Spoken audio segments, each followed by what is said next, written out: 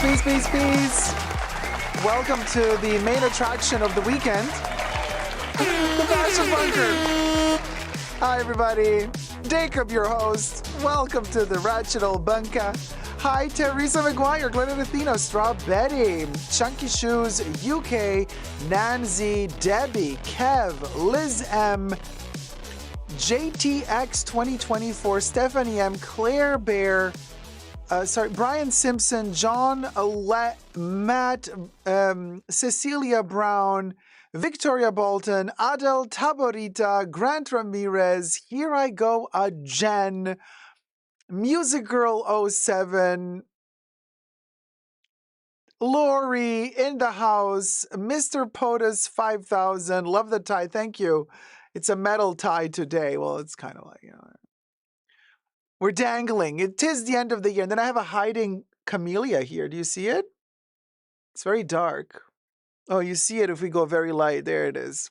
It's like an IYKYK moment. You know what I mean? Hi, everybody.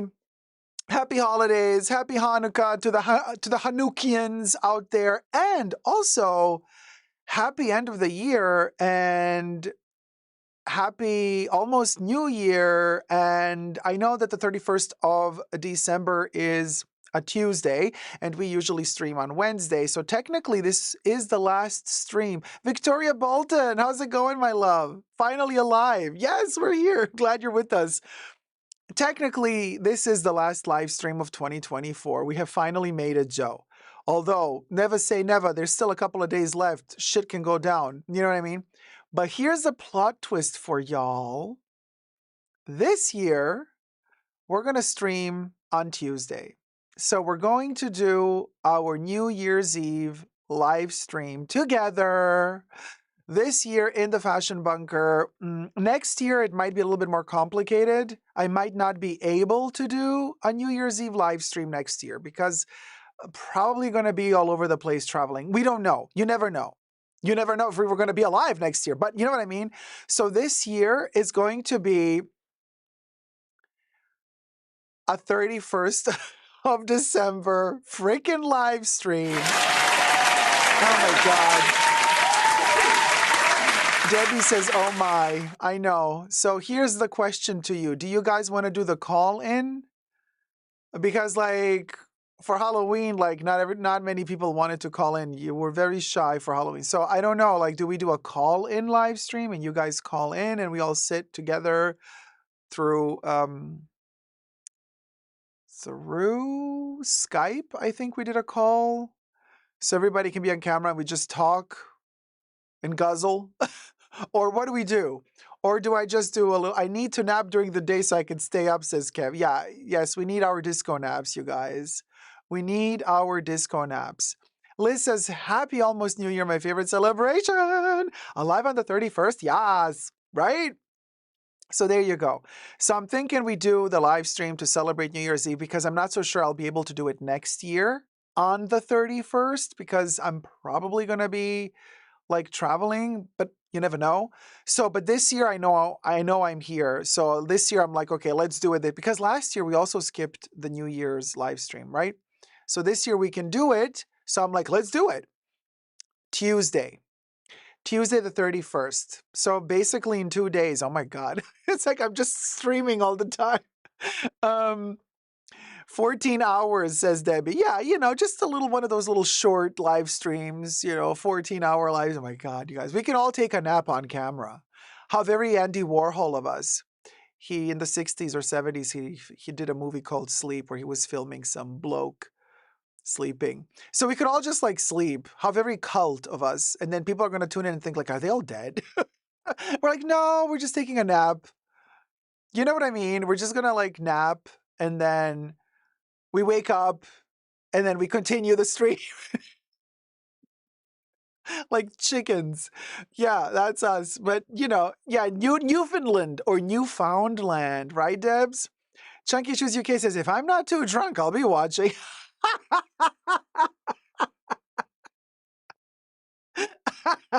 Chunky, I think it's going to be the same podcast. Oh my God, Terry, my love. Mwah. Thank you, sweetie. Teresa McGuire donated $75. From me and Kenny.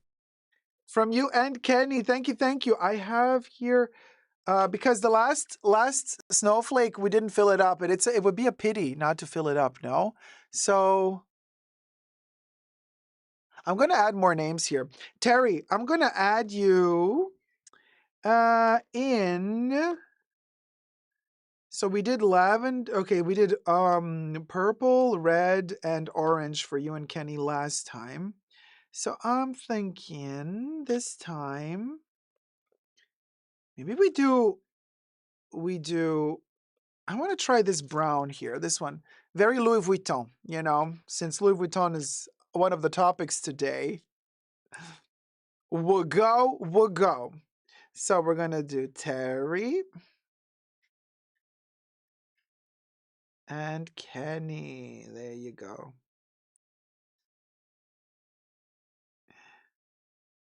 Oh, so cute. Okay.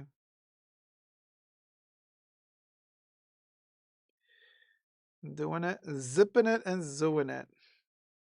Terry and Kenny, there you are. Whee! Thank you, guys. Thank you so much. If you wish to tip your host, right down here. Kev says, didn't VH1 or MTV do those 24-hour live streams? I think Courtney Love did one and slept throughout most of it. Well, you know, it would be totally befitting to Courtney Love to just black out at a certain point, and then that's why we love her. And then she wakes up at a certain point. She's like, where am I? Who am I? Okay, let's see. We can ask Mr. Predictoe. Let's ask Mr. Predictoe. We introduced Mr. Predictoe last time. It was one of the awesomest Christmas presents I have received. Mr. Dicto, baby. We're going to ask Dicto. Mr. Dicto, is Courtney Love gonna black out this New Year's Eve? Okay, hold on, let me turn it on. So the question is Courtney Love gonna black out this New Year's Eve?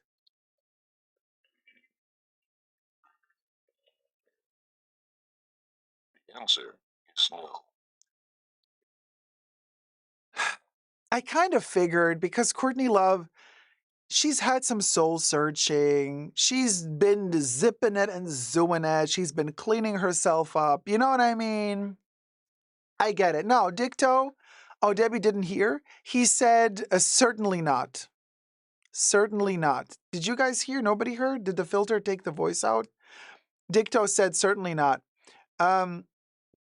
Also, everything I say in this live stream is for entertainment purposes only, not rooted in truths or facts. Everything's a legend, just my opinion. Thumb up the live stream. Thumb it up. Let's get to like a gazillion thumbs up. And we're almost at 100,000 subscribers. I've been saying this for years.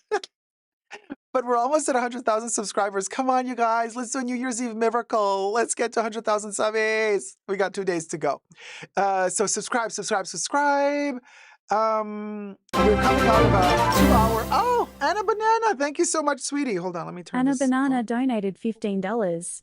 Always a pleasure. Thank you, sweetie. Thank you, Anna Banana. Let me add your name. And we're just coming out of a 2-hour live stream pre-show for Tier 2 members and Tier 2 patrons.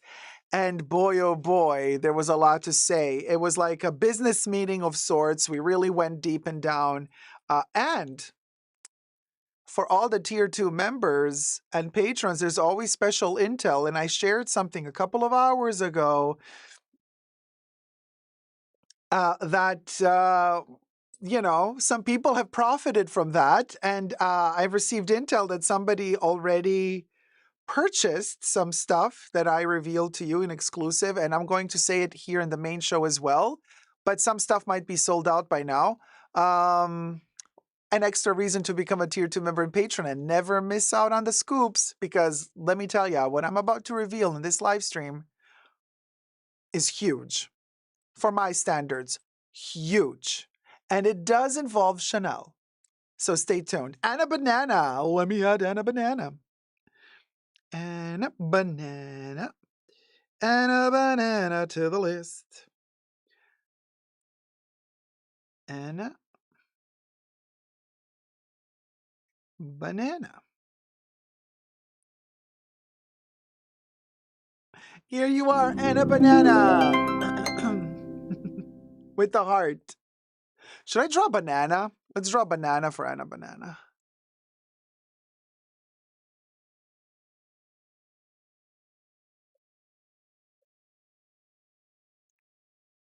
We did a banana.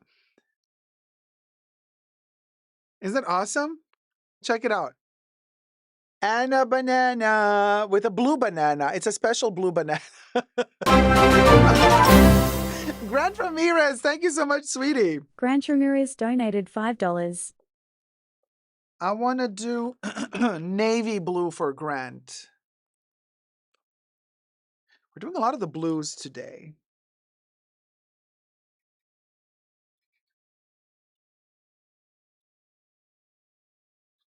And for Grant Ramirez, we're going to do a heart. And then, should we do a banana for Grant as well? I'm thinking, you know what? You know what I'm saying? It's healthy for you. It's big. It's plump. Butter.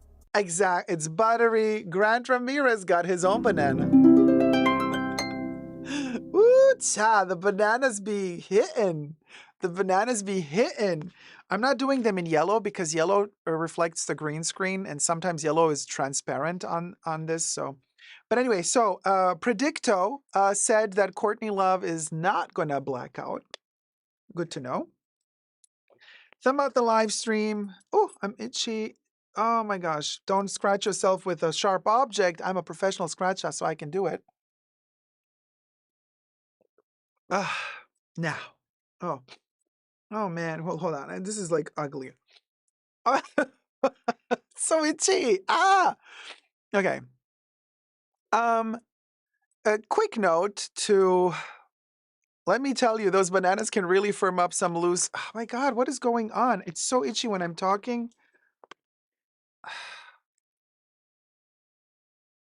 Do I have to sneeze? I hate when this happens.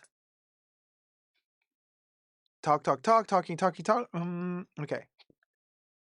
Oh my God. Now I'm tearing up because like something when in the nose it gets itchy, forget about it. Talking on a mic, difficult.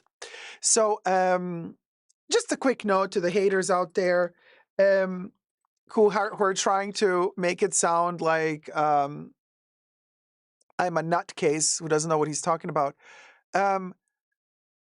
You can keep trying, but all you do is end up embarrassing yourselves. And I've been around the block a couple of times. I've been here for over 10 years. So I know what I'm doing. And if you're going to tune in just for one video and not understand at all what I'm talking about, nor knowing the context of storylines that have been going on for years now, you need to know your fashion bunker lore.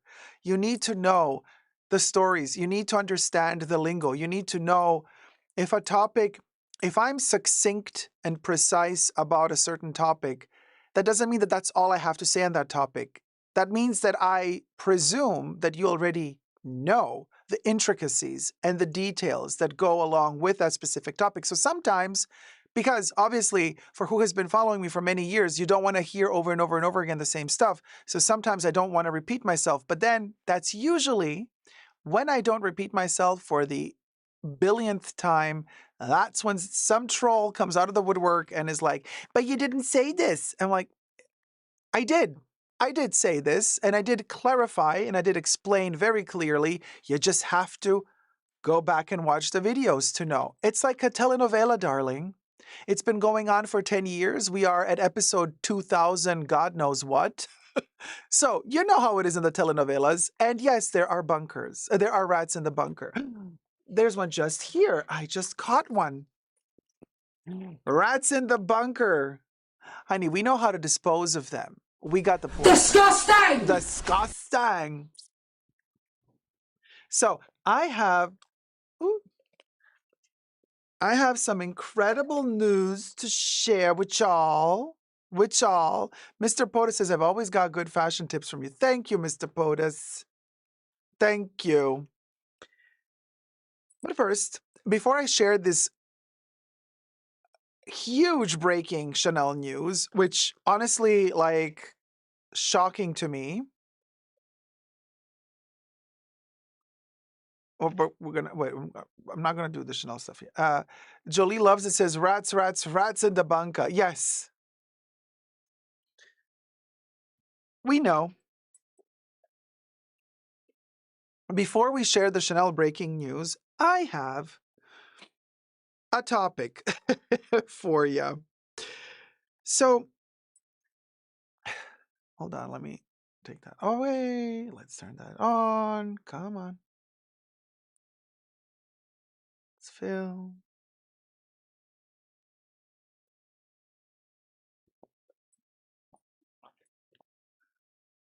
All right.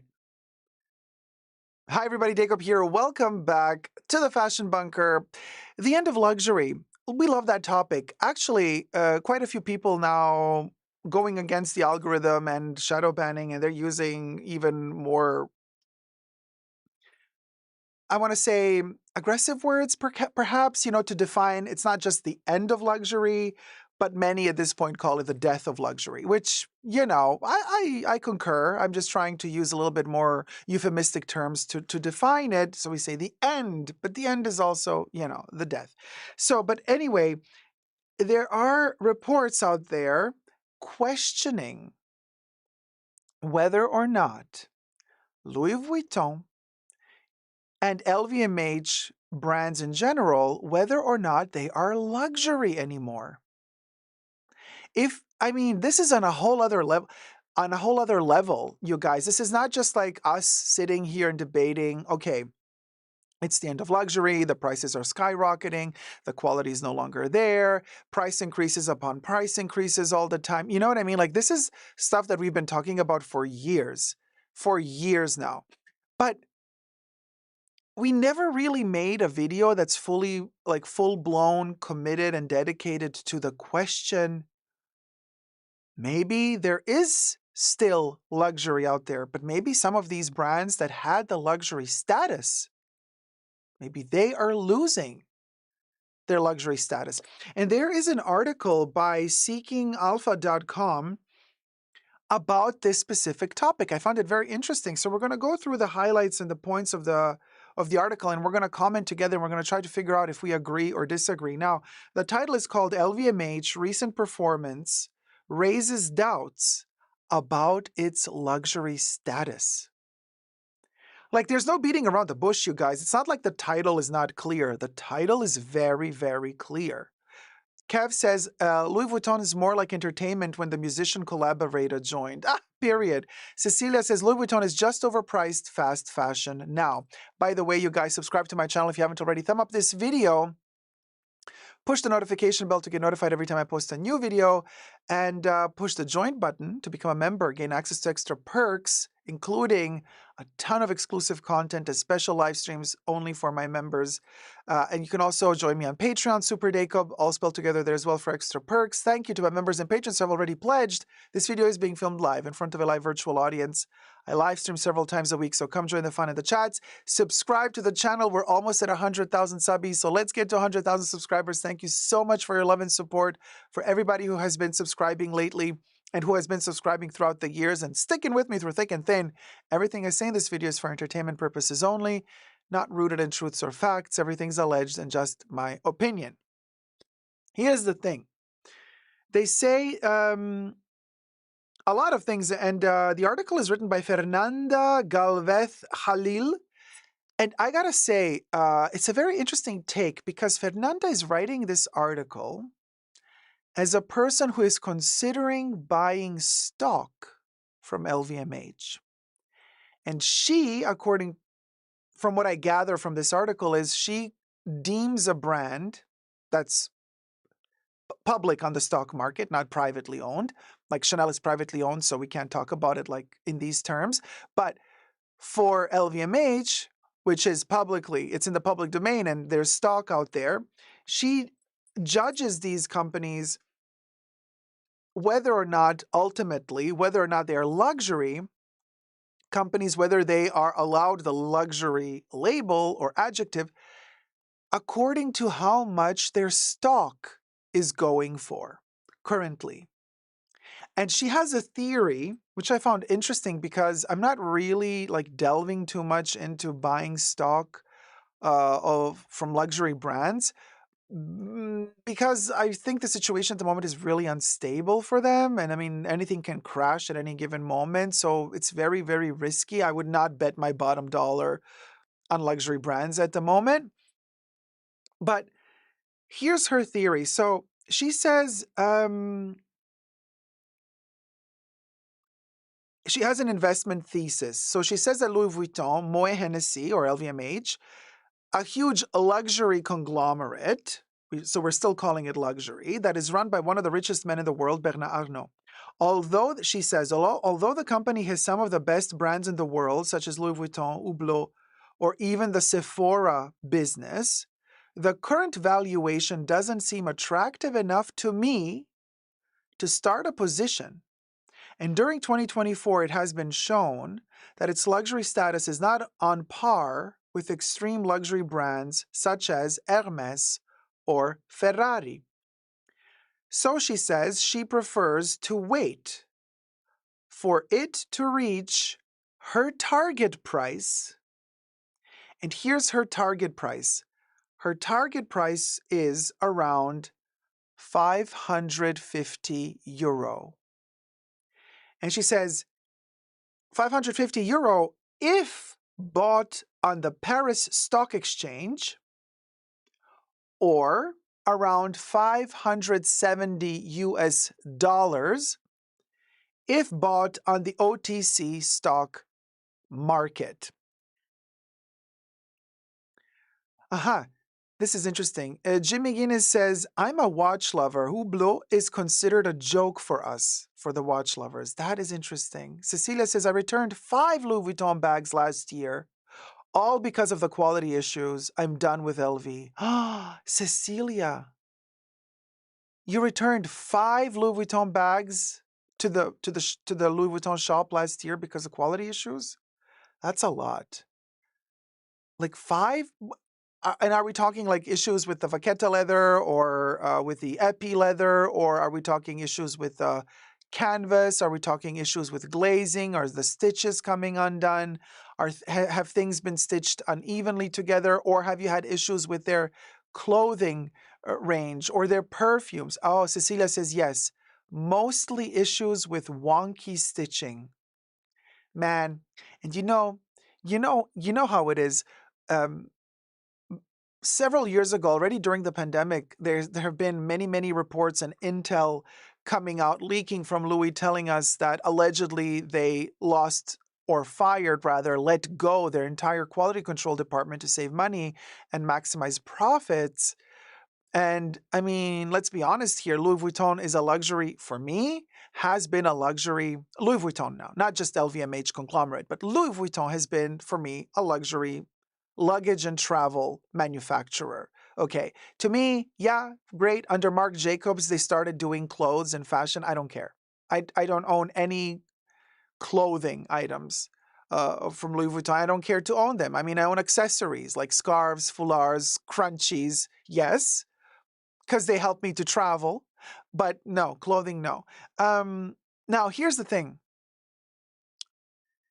They were famous for their alignment of the canvas logos. Everything was stitched perfectly. You know what I mean? If you had like one side, second, third side of a bag, everything would align so nicely. Everything would be symmetric. It was the symmetry that I loved from Louis Vuitton. It was that perfection of buttery touch of their vaqueta leather. I'm a big fan of their monogram, right? So the monogram with the vaqueta leather in my personal case.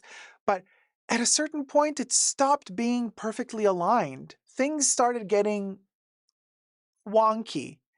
And the vaqueta leather started becoming not continuously in the same standard throughout all their bags. Like some bags, like some Speedies, one handle has a certain texture of vaqueta and the other handle yet another texture. I mean, we're talking, you know, I could personally see that the standard was no longer there, which really bugged me and annoyed me, especially because they kept upping their price like 5 times a year sometimes. And I'm like, why do you keep upping your price? You're just greedy. You keep upping your price, you keep lowering your quality, and you keep using the same old lame excuse that nobody believes anymore. Oh, we have to up our prices because, the pandemic made raw materials more expensive and labor is more expensive. I'm like, no, you're not paying people more. Everybody's annoyed. Everybody's leaving. Everybody's quitting. Nobody wants to do this anymore. Nobody wants to work for these companies anymore, allegedly. And yet you're like, oh, wait, hold on a minute. We have to up our prices 5 times. No, you don't.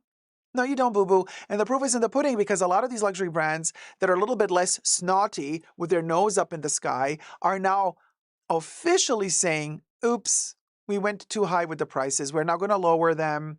We had Versace saying that. We had Burberry saying it. They're like, okay, our entry levels and our top tier levels of prices are going to get dropped because we have outpriced ourselves. I'm like, oh, okay, great. So you did push because you were greedy, because you kept saying you had to up your price because of higher production costs. But now all of a sudden it's okay to have a lower price and you can still make a profit. So it wasn't about it was never about having to up your prices several times a year due to growing raw material costs, manufacturing costs, labor costs. It was never about that, was it? So now we have the stock market issue where people are reporting in news articles like, hey, you know what? Maybe LVMH should no longer have that status of luxury. Very, very, very interesting. So she goes on to say, I consider that it's relevant to know all the segments in which LVMH has a presence, since in this way you can get an idea of the empire that Bernard Arnault has built. So she lists fashion and leather goods. This segment includes the fashion houses of Louis Vuitton, Dior, Fendi, Celine, Givenchy, Kenzo, among others. Then we got wines and spirits. LVMH also has a strong presence in the luxury alcoholic beverages sector, with brands such as Moët Chandon, Veuve Clicquot, Dom Pérignon, Hennessy, one of the main producers of cognac, and Krug. Then perfumes and cosmetics. LVMH owns major perfume and beauty brands such as Christian Dior Parfum, Givenchy Beauty, Fendi Beauty, and Acqua di Parma. Watches and jewelry. In this category, LVMH covers luxury watch and jewelry brands such as Tag Heuer or whatever you pronounce it, Bulgari, Hublot, and Zenith. Then they have selective distribution. The company also has a presence in specialty stores such as Le Bon Marché in Paris or the well-known cosmetics store Sephora. While all these brands seek to be the high end of prices and user perception, not all segments are equally resilient in crises. At the end of the day, as much as it is luxury consumption, it's still discretionary consumption. For instance, in the first 9 months of 2024, the company's sales have remained flat compared to the 9 months of 2023. However, not all segments have behaved the same. While sales related to cosmetics and beauty have risen 5%, wines and spirits have plummeted 8%. So we're seeing less and less people wanting to invest money in LVMH stock. And this is kind of a huge deal because if you're running a public company or a public conglomerate that is literally run trying to appease the stockholders, the shareholders, but the shareholders no longer want to hold the shares, you see where this is heading. This is a huge collapse. Huge collapse. So first these rumors start, people are saying, quality not so good. Then the stock exchange, they're like, yeah, I don't know. The prices of LVMH stock is not so high anymore. It's not worth it for me to invest in them as if they were luxury. And then before you know it, people are dumping their stock like crazy. A couple of weeks ago, we did a video where we analyzed the leaked intel, internal LVMH intel. They were selling stock to their co-workers, and they weren't always allowing their co-workers a special deal on their stock. And I detailed I explained everything in really a lot of detail a couple of weeks ago, so you can go check out that live stream because I did not post that video individually, but it was explained like how many stocks every co-worker is allowed to buy, how long does an LVMH employee have to work for LVMH in order to get the right to purchase the stock, how much does the LVMH employee have to earn per year in order to get access to a certain amount of stock, or if their allowed access to stock is limited to a smaller amount of stocks, and then how much would LVMH pay on top to get you the stock. In other words, something like you buy half a stock and LVMH gives you the other half on top for free. And of course, there's always kind of like there's always a twist in the story at a certain point. There's always a catch. And the catch in this case is if you are an employee of LVMH and you are still under contract and you're still working the moment when they offer the stocks, if you decide to buy them, you are not allowed to sell them for the next, I think they said 5 years or 10 years. Exceptional circumstances apply in which you can sell them, but they're very limited. So basically, what I think was happening, this is just my personal opinion, Bernard Arnault was noticing that the stock was going to crash, the company is not doing so well, the shareholders are going to want to dump their shares. So he thought, let me get the shares and let me dump them to my co-workers, but let me make a pact with them that they're not allowed to sell them for a certain amount of years so we can keep the brand stable. Because obviously, if you're not allowed to sell that ginormous amount of stock, let's say he manages to sell to every co-worker a set amount of stock, and those co-workers for the next 5 to 10 years are locked in, then that stock is going to be stable by virtue of the contract that they're not allowed to sell it. So it's kind of like, in my opinion, a sneaky manipulative way of trying to maintain that artificial stability of a luxury brand, while at the same time not being so cool to your coworkers. Because I mean, other brands, multinational, huge corporations, have allowed their coworkers to purchase stock. And we're talking decades ago, Luxottica being one of them.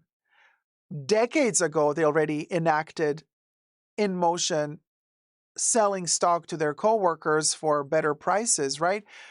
And LVMH is really late to the game. Almost so late to the game that it begs the question, are you so late to the game because you were greedy, you didn't want your coworkers to profit from your own riches, but now that you're in deep shit trouble, allegedly, now you want your coworkers to bail you out by selling them the stock, by the way, at the price that you determined, and you determined the price. There's a whole explanation on how they determined the price that I also explained in my other live stream. But they made sure to determine that price in a time where the stock is not plummeting yet, so that they can sell it to their coworkers at still a price where they can gain money. So I'm like, I'm not only working for you, but now you want the money that you're giving me as a worker, you want me to give you that money back at a price for a stock that you did not determine, but you kind of did, because you're allowing me to purchase the stock in a very short time frame where I feel you have decided that time frame in a way that it suits the price of your stock. So now I, the coworker, is bailing you out, but you didn't want to let me partake in the wealth of the company in the years prior.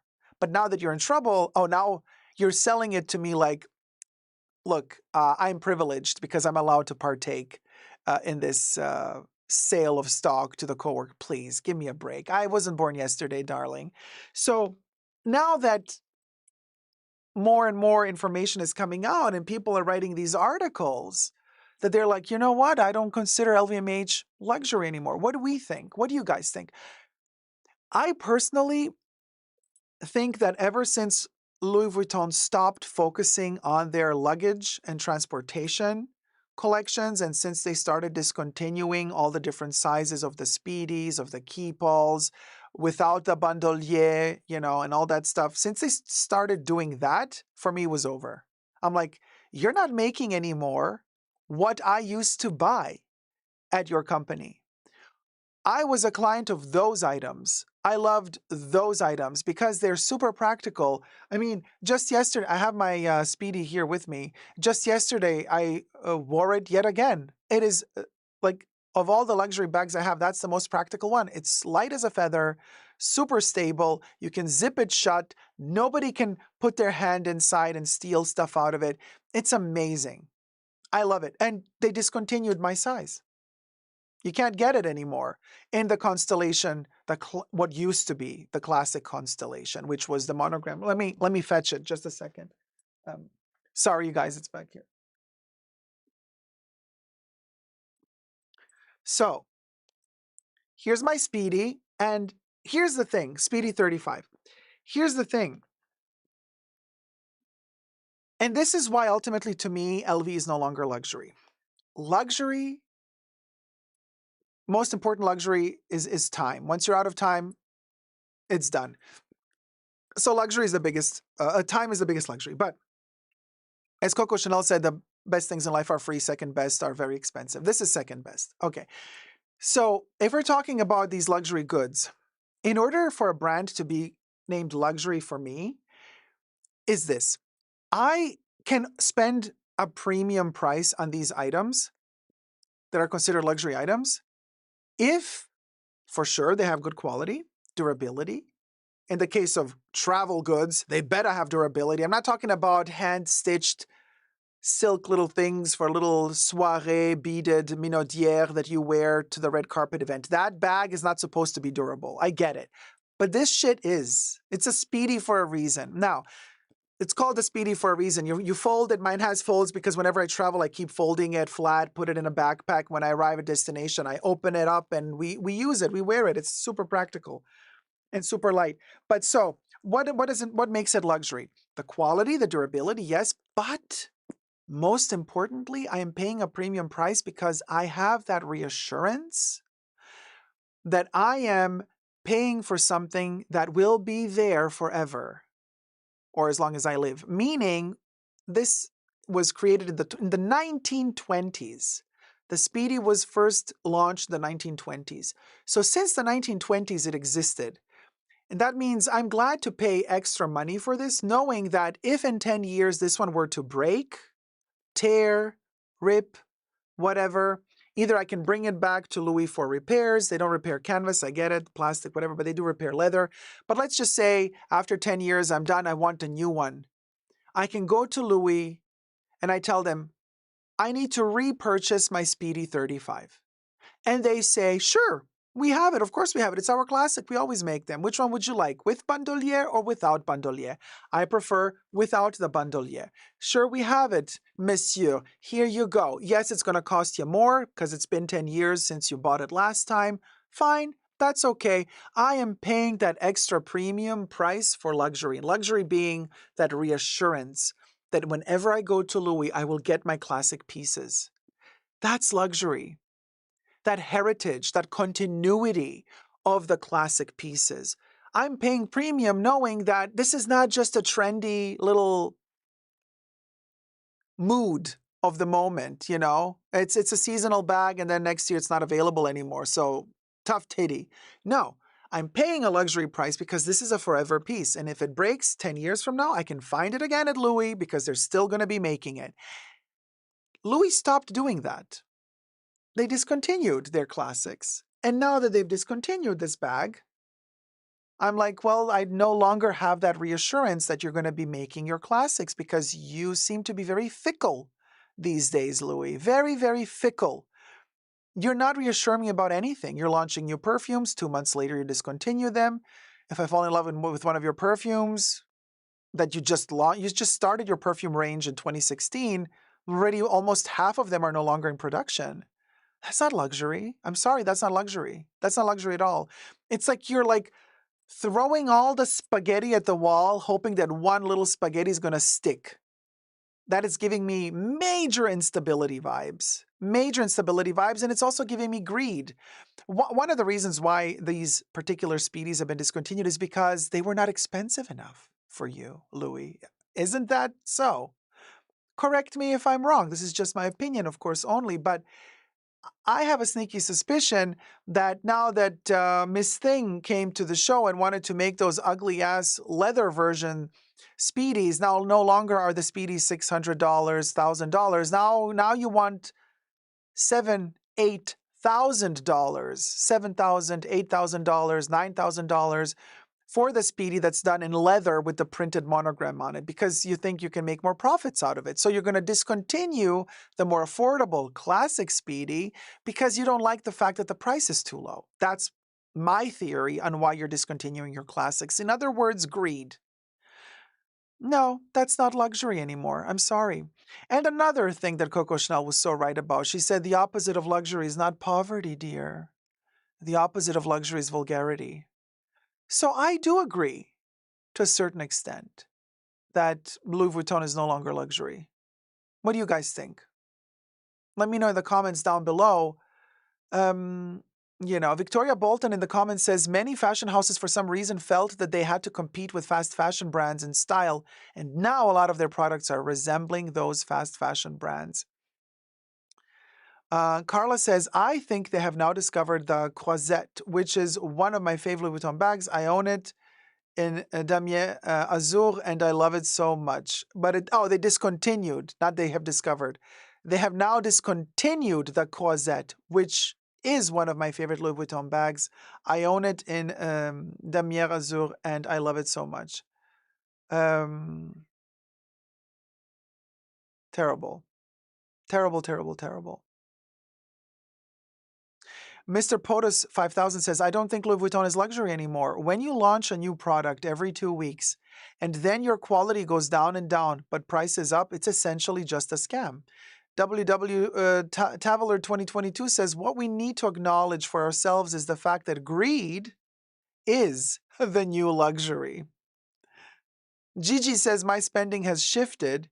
I'm finding more satisfaction investing in tech stocks. Luxury is starting to feel cheap and ordinary. In other words, it's no longer luxury. The end of luxury, babes. Let me know your thoughts down below. Thumb up this video, subscribe, and let's get to 100K. Love you loads. 100K subbies. What a dream. Bye. Never go up on Lurv. LVMH can't make money no more from fashion, so they are moving to shitty cafes and hotels. Yeah, the experience. The Gen Z experience. P.S. I love your Speedy Dacob. Hold on to it tightly. Ah, thank you, Mr. POTUS. I love it so much too. Yeah, I just took it out for a spin yesterday. It was a little bit of a kind of a slightly more cloudy, rainy day, almost like rainy. I was scared it was going to rain, so I'm like, let's not take the Birkin out.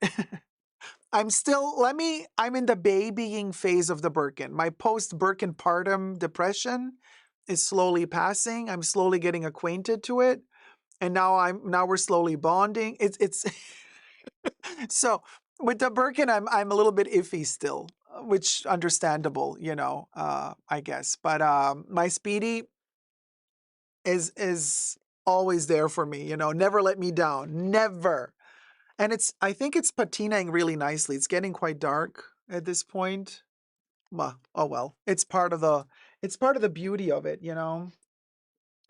It's part of the beauty of it. Let it live. Let it live. Ah, Winnie, you gotta get her working.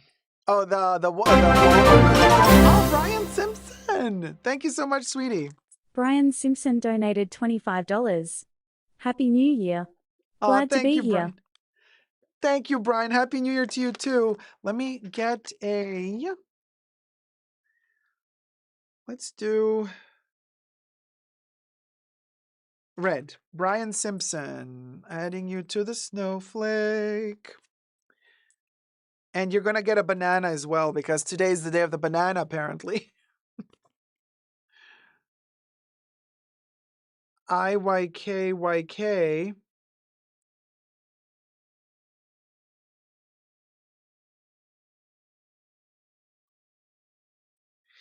And, okay, we're going to do a banana for Brian. Because, okay, it looks like a jalapeno, but, Brian Simpson with the banana jalapeno, y'all. Look at all the bananas today. Why not? I'm feeling this banana moment. I think we can go with the bananas. We can keep going with the bananas.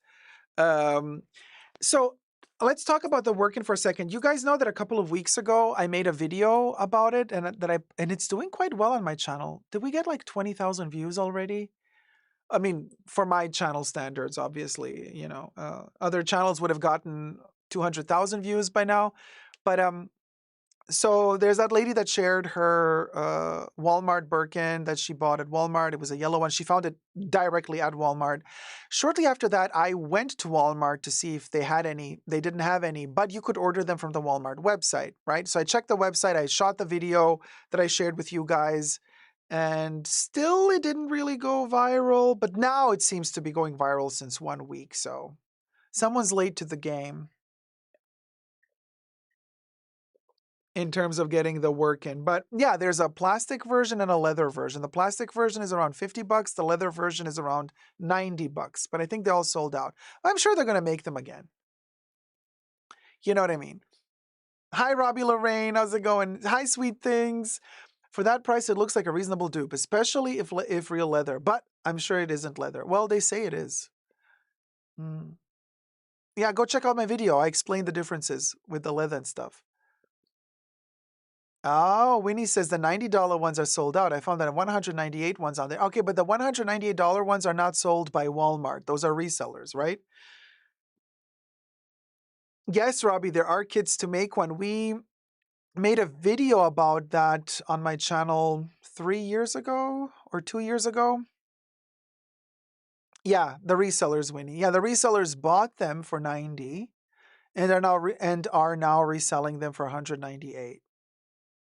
Yeah. Hi, JJ. Dear Dacob, I wanted to say hello. Thank you. I hope you're doing well, sweetie. Happy New Year, almost New Year. We're going to be streaming on New Year. So why don't you join us for the New Year's Eve celebration? I'm going to do call-ins so you can, just chill, hang out with us. Hashtag Jacob. Yeah, I know. 153 likes. Let's get to 200 likes, people. It costs you nothing to thumb up the live stream. You know, So I have one more thing to share with you. Here's another video, and this is oh my God, when is Fashion File going to sell those work-ins for 1,000K? Oh, you best believe. You best believe. Oh, Chunky Shoes UK, thank you so much. Chunk Shuasuk donated $10. If I'm too drunk for the live. Happy New Year. I think we're all going to be drunk, but that's going to be the fun part of it. Thank you so much, Chunky Shoes UK. Let me add you to the snowflake. Where do we go from here? Oh, here.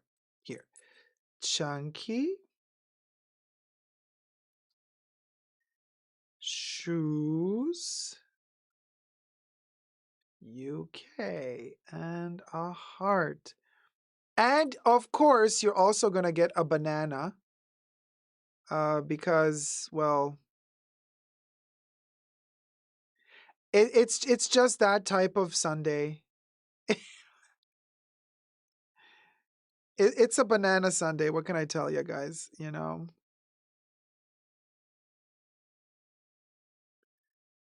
And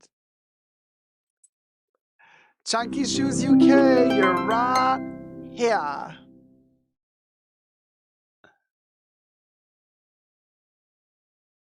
Is Bubbles gonna make music? Oh, we did. I didn't hear it. Okay, yay, we did it, Joe. So thank you so much, sweetie. So speaking of the fake Birkins, you guys, hashtag not sponsored, by the way. Okay. I have another topic which has been kind of going viral on TikTok. I swear to God, these TikTok people, I don't know why. Maybe they're just too young. And we YouTubers were like super old at this point. So we've been there, done that. You know what I'm saying? Because like I have the feeling that a lot of people on TikTok behave like they're 10 years old and they've just discovered luxury for the first time ever in their lives. And I'm like, wait, hold on a minute. The stuff that you're saying makes no sense to me because I've already known about this since 50,000 years.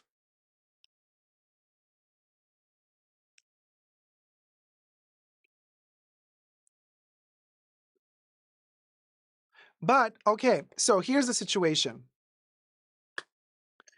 Let's film it. I have to get the names of these chippies. Yeah.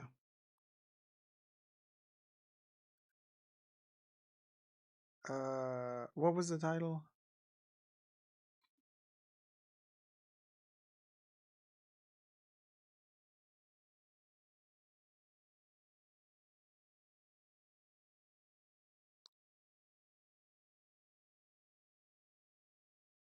Okay.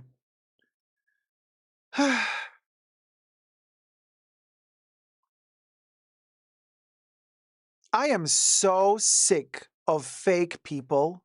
Stop lying to us. Seriously. I'm so sick of it.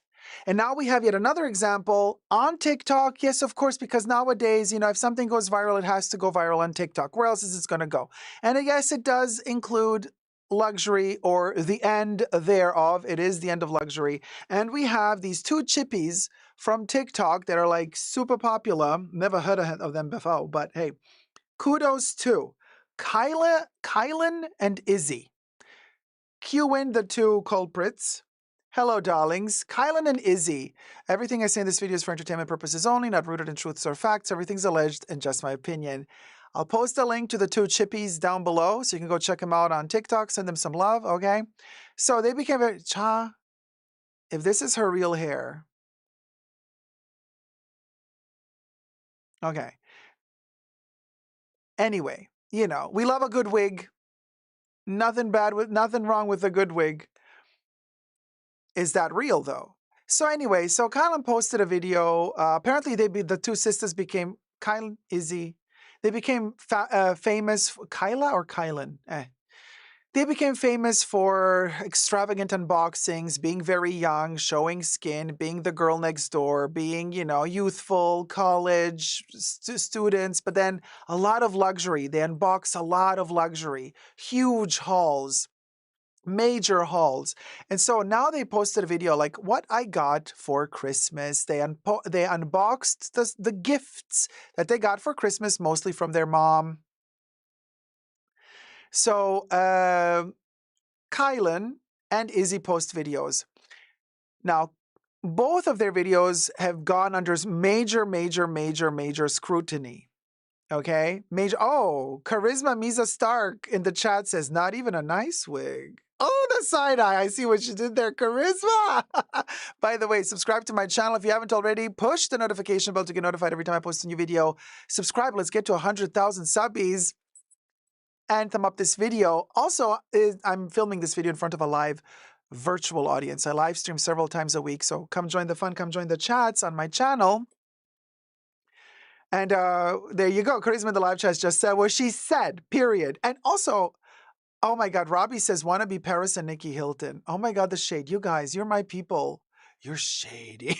But so anyway, they unboxed their little baglets, shoelets that they got for Christmas, and people have been clocking them on TikTok. They're like, hold on a minute, Miss Thing. We're going to get to what they unboxed. I'll show you. I have receipts, okay? But before we get to that, thumb up the video and subscribe. And people have been zooming in on the items they were showing in their video on TikTok saying, those Chanel bags are fake. Those Chanel shoes are fake. That Hermes Kelly bag, Mini Kelly, is fake. That Dior bag is fake. I'm like, did they get, like, why aren't they disclosing that it's all like fake and dupes? So Izzy got kind of scared and took her video down, allegedly. No, the video, she did take it down. I don't know if she got scared.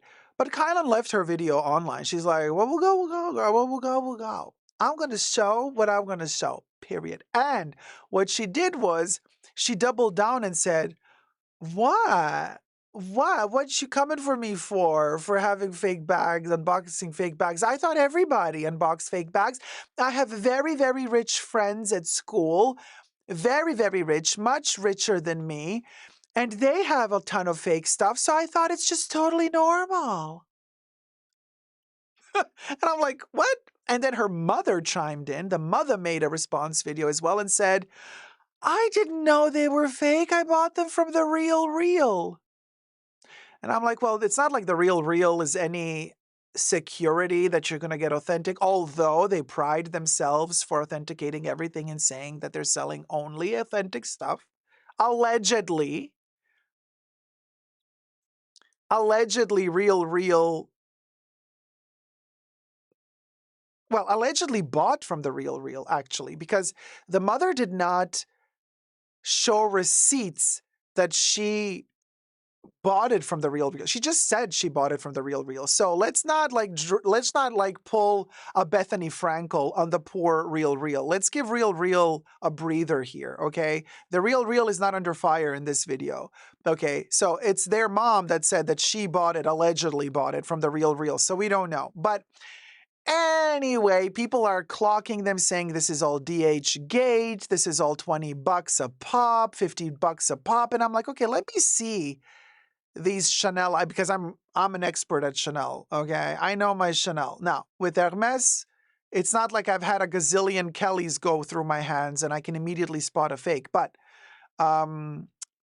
with Dior, I can spot relatively easy a fake depending on how stiff the leather is. But let's see together. Let me show you Exhibit A. All right. Okay, so first of all, shoes in a Chanel bag box, not in a shoe box. First red flag. This model, I have not seen it at Chanel. So there you go. Kev says Lena Nair hand delivered them to her. I mean, what will go, will go. What will go, will go. You know what I mean? Okay, Melanie says definitely AliExpress. Gwendid says you can tell by the texture that's fake. Winnie says, oh, receipts. You've been clocked, yes. Love her room decor, says Kev. It's the innocent face with whatever filter she used to film this video. It's the face for me. It's the, what? Teletubby innocence. Exactly. SR1 says, it's an exclusive, never before seen or released Snickelette. Girl, Gustavo is like, girl. And I love my people, you guys. You can't mess with us. You can't mess with us. We've been around for decades. We know our luxury shit, okay? We might not be able to afford all of it all the time. That's irrelevant. We have experience. Yes, of expertise. Oh my God, Miss Taffy pulls through the biggest shade. Miss Taffy pulls says, those are her shoe size?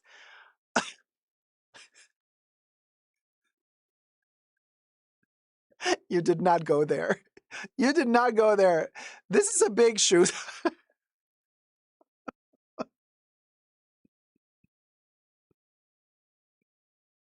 Swear to God, I'm going to jail. Cancellation, honey.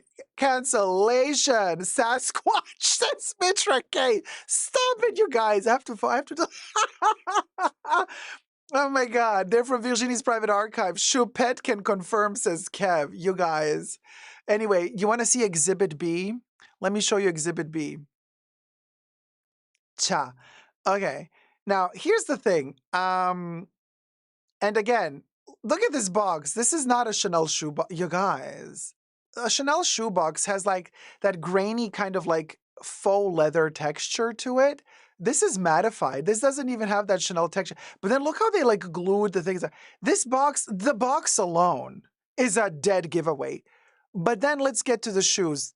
Chanel is not selling this model at Chanel. This doesn't exist currently. Maybe in the Y2K era, yeah. Now, you know, and but yeah.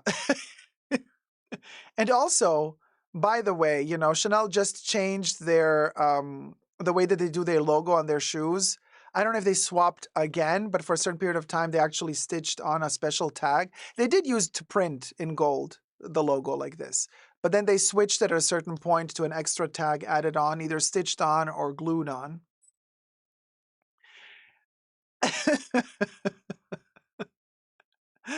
And but she's like, yeah, I got all these things like for Christmas. Like I'm so rich, so rich. I'm like, rich. What you're trying to do is so rich. You know, Gloria says, I love to see when it tickles Dacob and he giggles. No, but I mean, this is like sweet things is Masato would never, and we know our Masato. Does Kylan know who Masato is? I'll wait. I'll wait a long time. Mitra K says Christmas shopping at Timu. Well, anyway, do you want to see Exhibit C? Oh, honey, we got Exhibit C.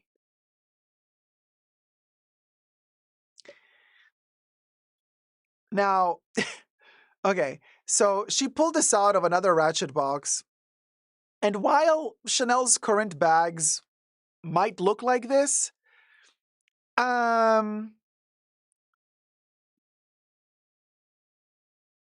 Miss Roney says, stop it. And I mean, and by the way, when Kylan posted this video, and her sister Izzy posted her video, they kept like showing and showing and showing. But you know what another dead giveaway was of this video? When you watch this video on TikTok, she doesn't really show you the details. She's very, very quick. You know, she's like, I got this bag. I got these. Did you see it? No, you didn't? Oh, pity. Yeah, I got that. I got this pouch. And you're like, wait, hold on a minute. Why are you like doing this fast lift and hide? Lift and hide. The lift and hide luxury. Oh, we're doing that on TikTok now. The lift and hide luxury. Aha, I see. Lift and hide. Yeah, lift and hide, baby. Lift and hide. But while Chanel is also iffy when they do their little raffia bags or little things like this, you know, from a distance you could say this could be a Chanel bag. But the next one, oh, that's an Aldi tote, says Frank Zier. Cha, you are all ratchet. The next one really takes the cake for me. I think it's the next. Let me see the next one. Yeah, we done.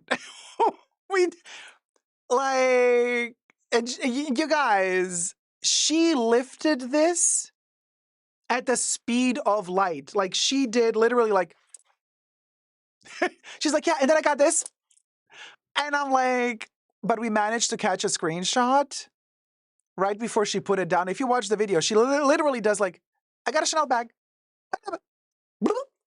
You blink once and you didn't see it. I'm like, she did it so fast because you guys.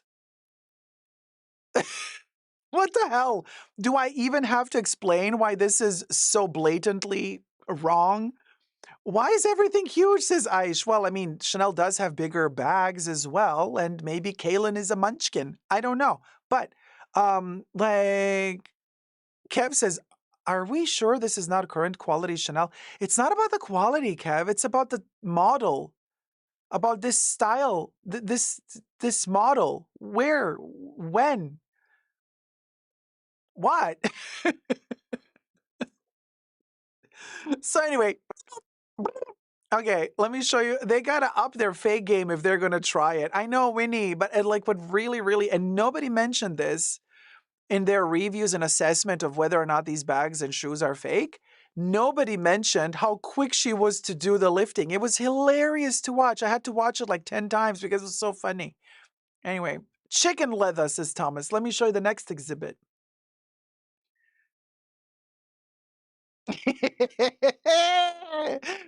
The Lady Dior with, you know, that when the handles already have all of those wrinkles up there because there's a cardboard inside of that thing covered with whatever this is. Yeah, not Lady Dior, Lazy Dior. I mean, she's like, am I really gonna show this? And also the Lady Dior. She's like, yeah, then I got this. But she's like, and look at all the little boxes and all this stuff on the bed. And she's like, yeah, like I got all these gifts for Christmas. Like, rich, honey, rich. Evian says, they don't even make this model in this color. Gwendid says, that metallic is so not real. That's Temu for real. Wow, those are terrible fakes. Oh my gosh, she's shameless, says Dark Moon Mandala. Of course, everything alleged, you guys. I'm just reading the comments here. Don't come for me. Oh, Winnie B says, do the Anna Delvey, your paw. But she was kind of implying that we paw. We are paw, because we're watching her have all these luxuries in life.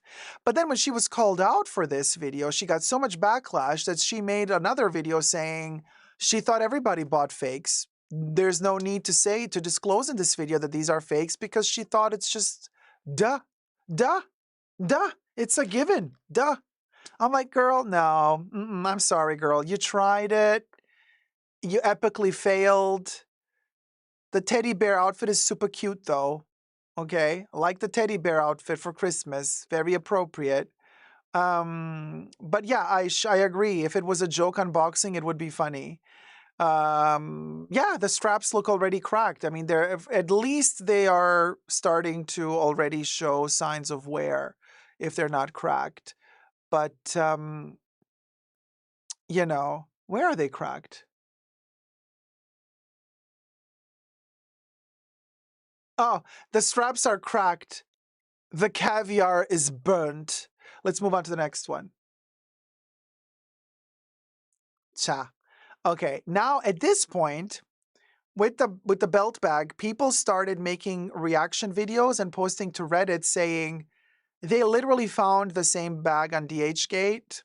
And they're like, oh yeah, this bag, $25 or $40. Here's the link.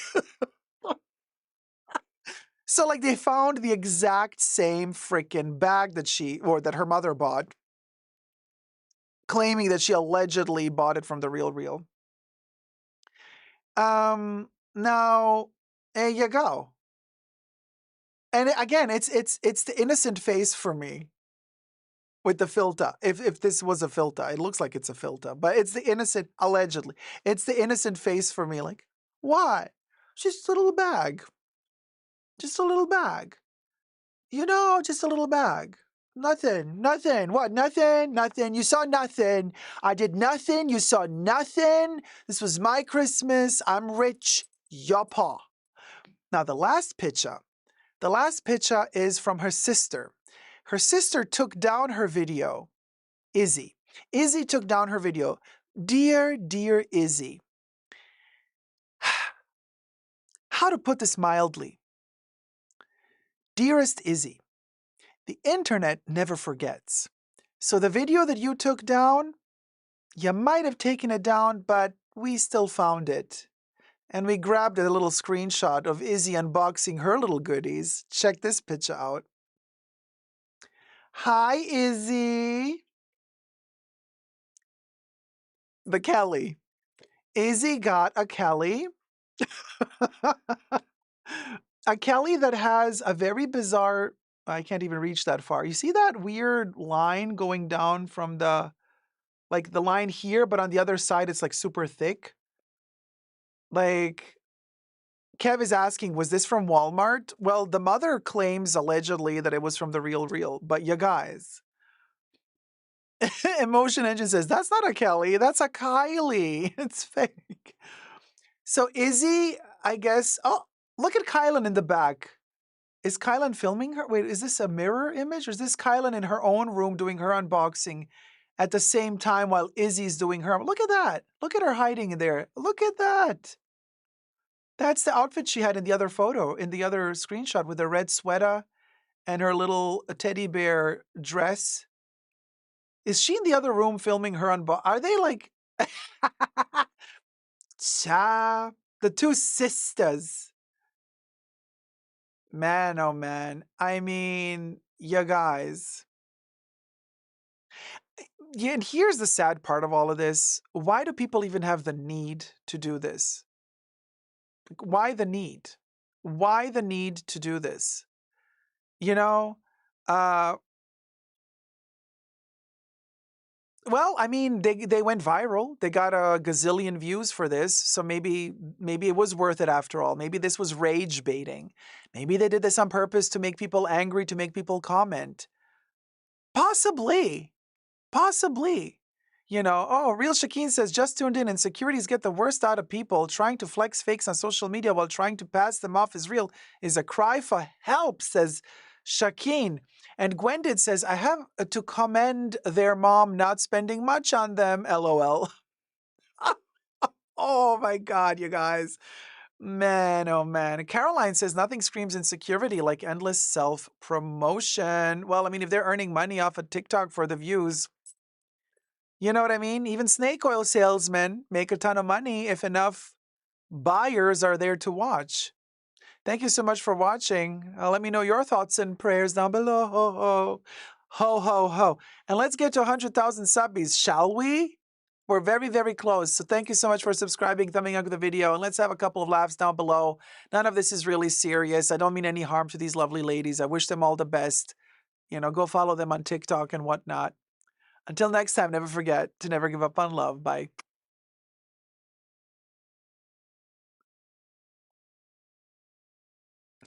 Very tongue in cheek, very tongue in cheek, chick, very tongue in cheek, very tongue in cheek, chick. Holy Grace, like TikTok guts to go. Yeah, I agree. TikTok really. Yesterday. Winnie says I watched it. Very entertaining. Yeah, right? Winnie. Winnie.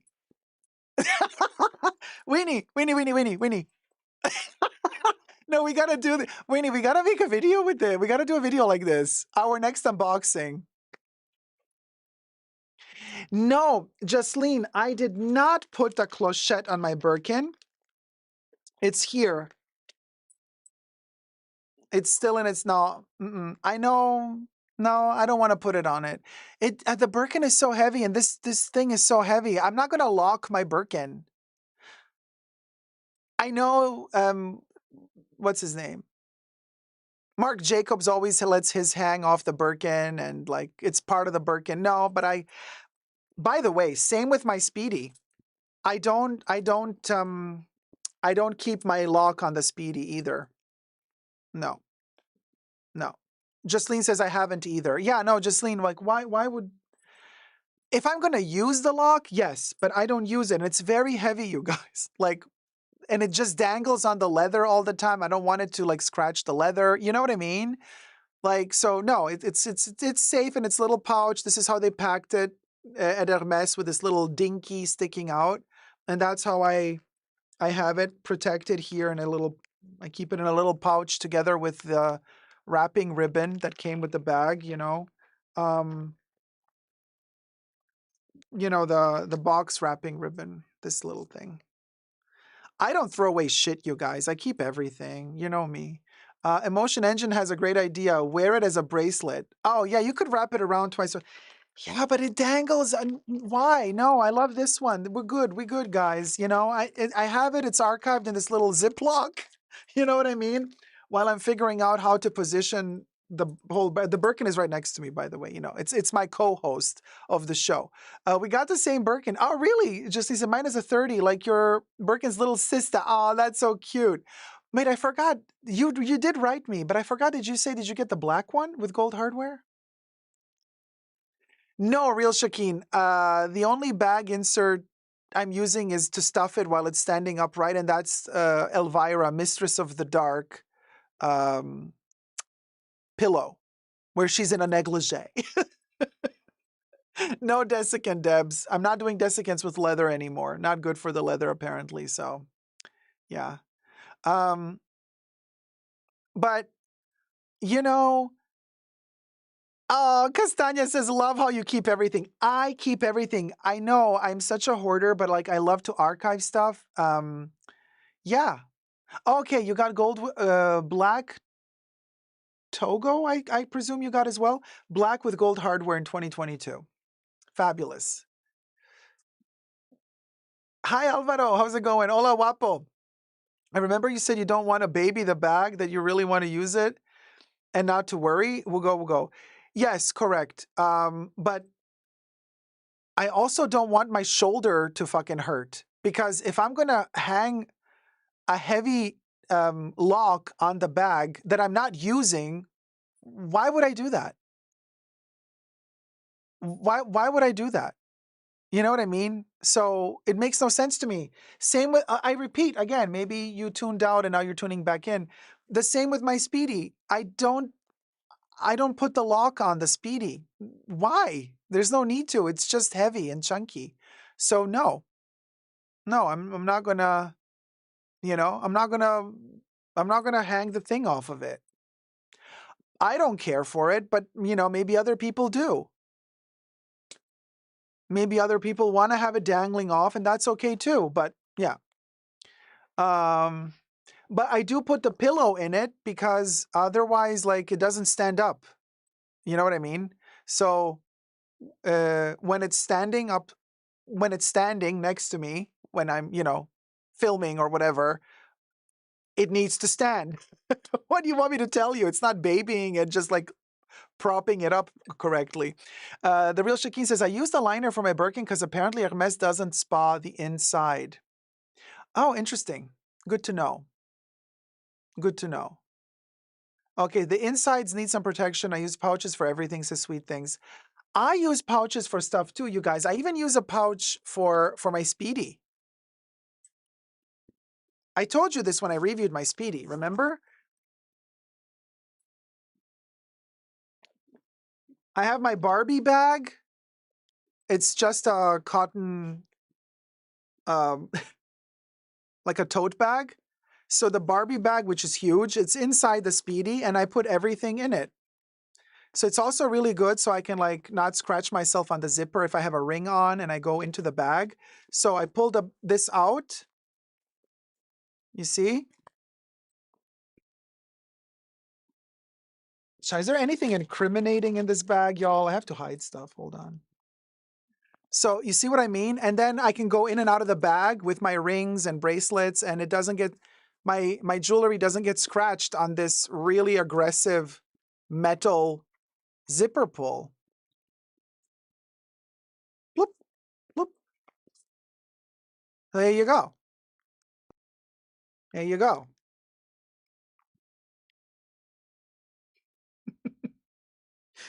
So, yeah. Hi, Zach. Hi, y'all. Wish y'all a nice Sunday, Monday, and happy approach to the last week of 2024. Thanks, Zach. We're going to do a call-in live stream on Tuesday, so be sure everybody to tune in and thumb up this video and subscribe, and then call in on Tuesday as we count down to the new year. Justa Berry says, hello, lovelies. Hi, Justa Berry. So happy to catch you live. I regrettably didn't receive notification in spite of it being enabled. Classic YouTube. It does this so often. They are shadow banning us, you guys. But we love you, algorithm. You are a kind algorithm. We are in love with you, dear algorithm. Bitcoin Birkin algorithm. Thank you, YouTube. 300 people watching. We got 200 likes. Come on, let's get to 300 likes. Let's get to 300 likes. Jolie Loves It says, I have that bag, that same bag, but it reads aspirational. The Speedy? What do you mean? The tote bag? Oh, the tote bag with the aspirational on it? Love that. Bitcoin, Birkin, React. Yes, Goldcat Studios. That's exactly it. Yes. We love you, algorithm. We love you. You are a kind and gentle algorithm. I would think that Hermes has their own proprietary leather cleaner they give you with the bag. No. And they even stopped giving the little rain outfit for the Birkin. Sad. I wanted the little rain outfit, but they don't do that anymore. They don't give you the little rain. They used to give you two little rain outfits, little plastic little outfitlets. They don't do it anymore. Oh, Nancy just gifted 10 Super Dacob memberships. The Nectarine Man was gifted a membership by Nancy. Holly Grace was gifted a membership by Nancy. Canaan's Eyebrow was gifted a membership by Nancy. David Marr was gifted a membership by Nancy. I Am Blessed was gifted a membership by Nancy.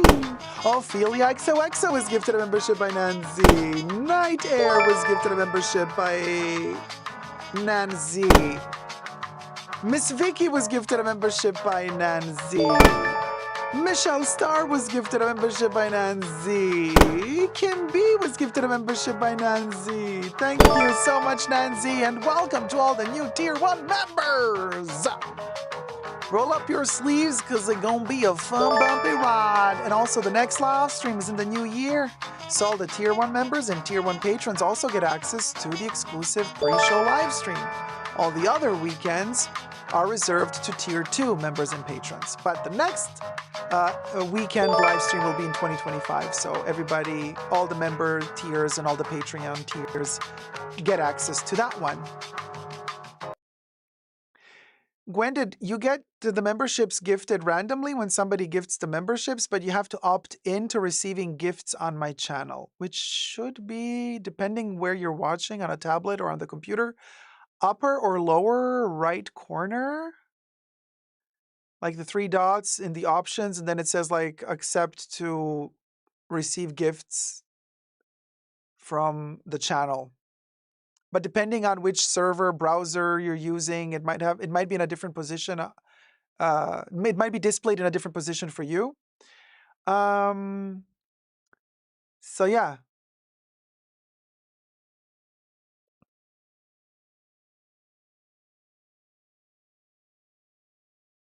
C says Hermes should make leather cleaner for their bags. It's surprising that they don't have one. But they're not a leather cleaner manufacturer. They purchase leather cleaners. I mean, if you have like a good relationship with your sales associate, they can tell you what they use behind closed doors, and then you can also purchase it. You know what I mean? But I frankly always find it cheap when a brand that sells shoes also tries to push and sell their own brand of like cleaning shoes, because polishing shoe cream, no. I prefer to go to a specialized leather cleaner company that manufactures their products since hundreds of years and buy it from them. You know what I mean? You know, just saying. But there's a lot to be said about these luxury leathers and uh, how they're treated, not treated. You know, a lot of these brands don't recommend you to use any products on their bags for whatever reason. It's a little bit iffy. It's up to you. You know, everybody should decide for themselves what they're most comfortable with using on their own bags. Yeah. Now, let's get to the moment we've all been waiting for.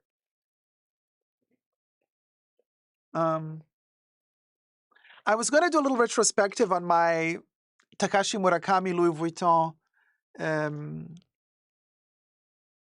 early 2000s collection today, but no, we're going to do this next time because I have a couple of things to say about the Louis Vuitton collection coming up. You know, look, we even have the cherries here, but anyway, we'll do that next time. You've seen all of these items on my channel years ago. They're all from my archives. So, okay. Oh my God, this news, you guys, buckle up because what you're about to hear is insane. It's from Chanel. And I am in awe. In awe. It's an end of the year miracle. I never thought it was going to happen, but here we are. It happened. Chanel! Chanel! Chanel! Yeah, it freaking happened, you guys.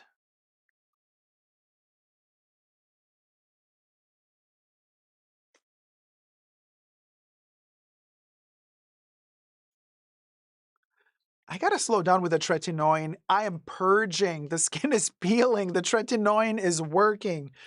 Okay. All right. This is insanity. Let's do this.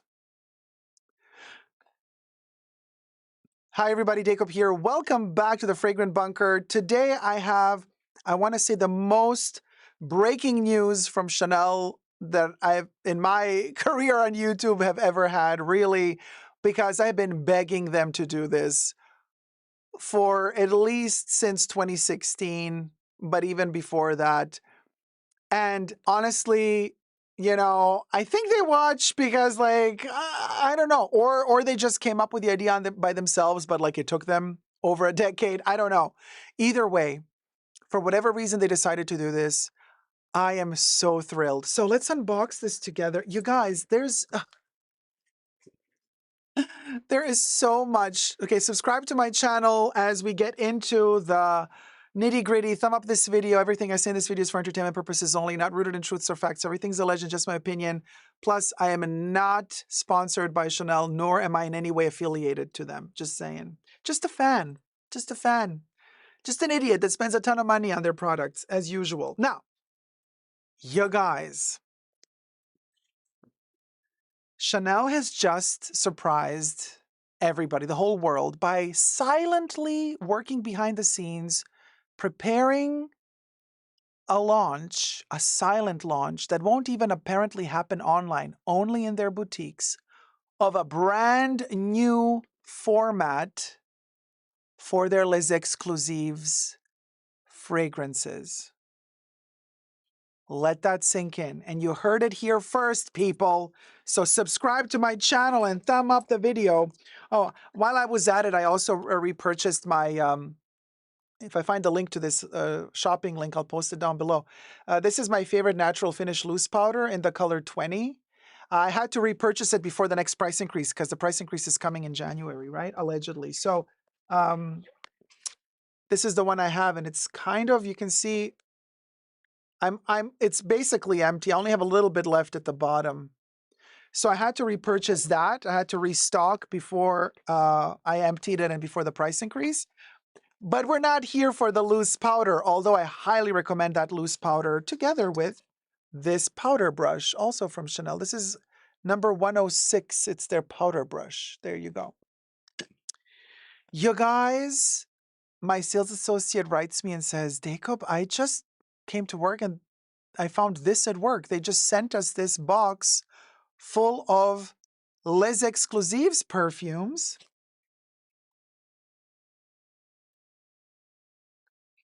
But they're in this size. Let that sink in, you guys. We're going to get to the price and everything. But look at that. So first of all, you cannot buy them single. You have to buy 5. So this is a discovery kit. It's their new discovery kit. They are 35 milliliter. You guys, I can't believe we finally have Chanel's Exclusifs.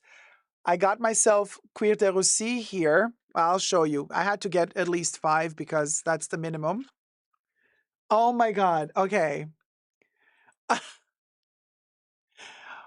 We have finally, we have done what I always wanted them to do.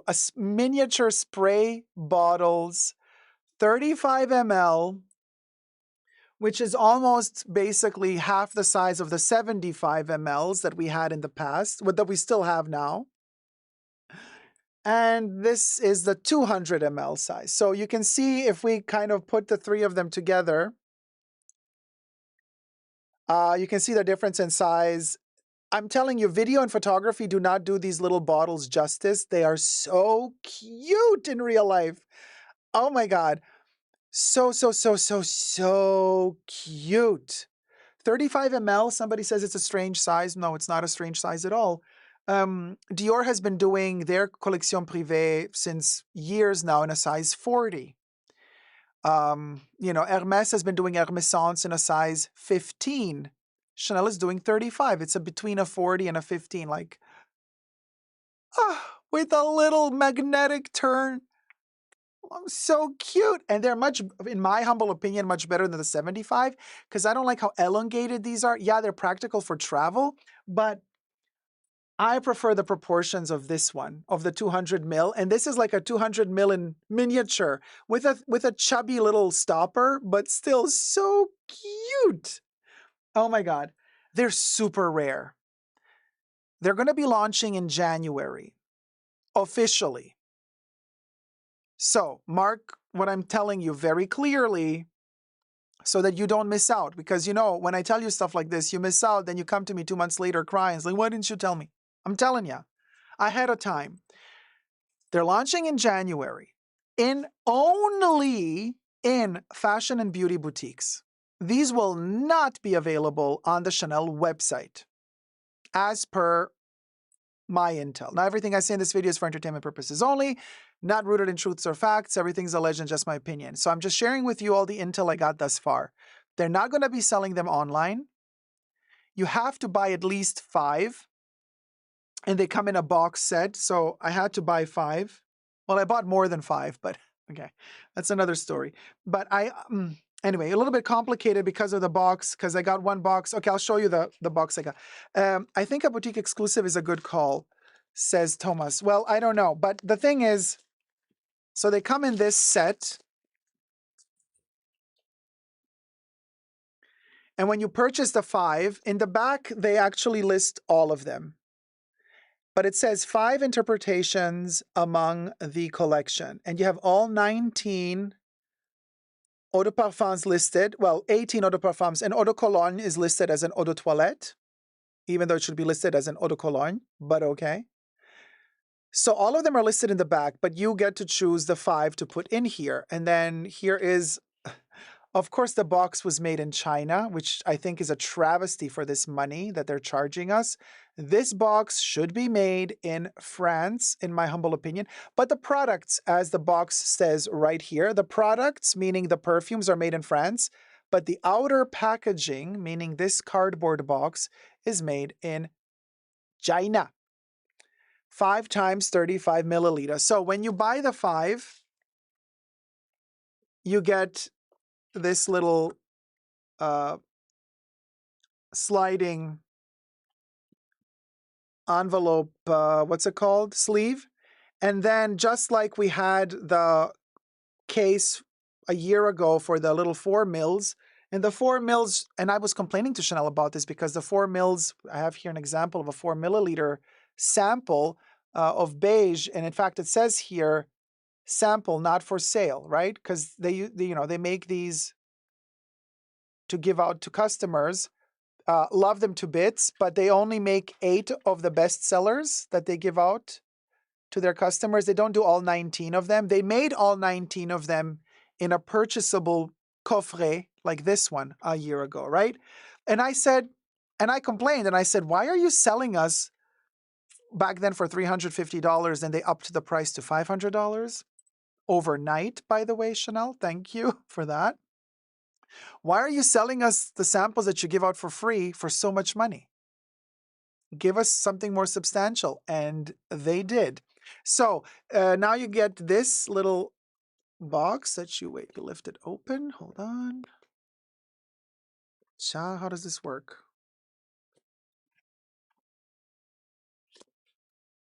Okay, hold on.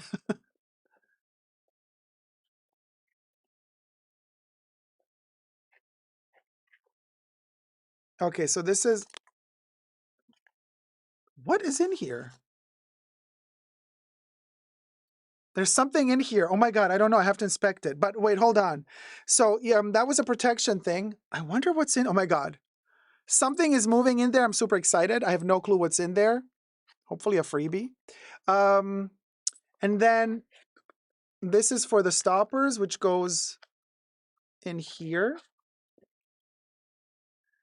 And then you basically choose which 5 you want.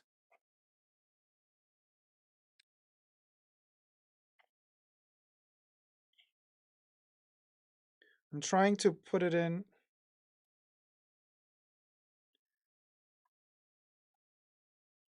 Ugh. Okay. My God, it's so complicated. Okay.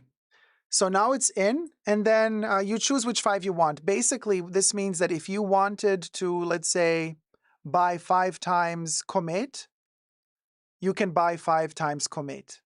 Or you can do 1 Comet, 1 Cuir de Russie, 1 number 18. You know, you can do 1 of each, or 2, 2, 1, or all 5 the same. So when we open it, oh my God, it's so complicated. Okay, so there's this thing to protect. Okay, so there's this thing that protects the stoppers, but then basically this is how it looks like, right? And then you can put all 5 next to each other.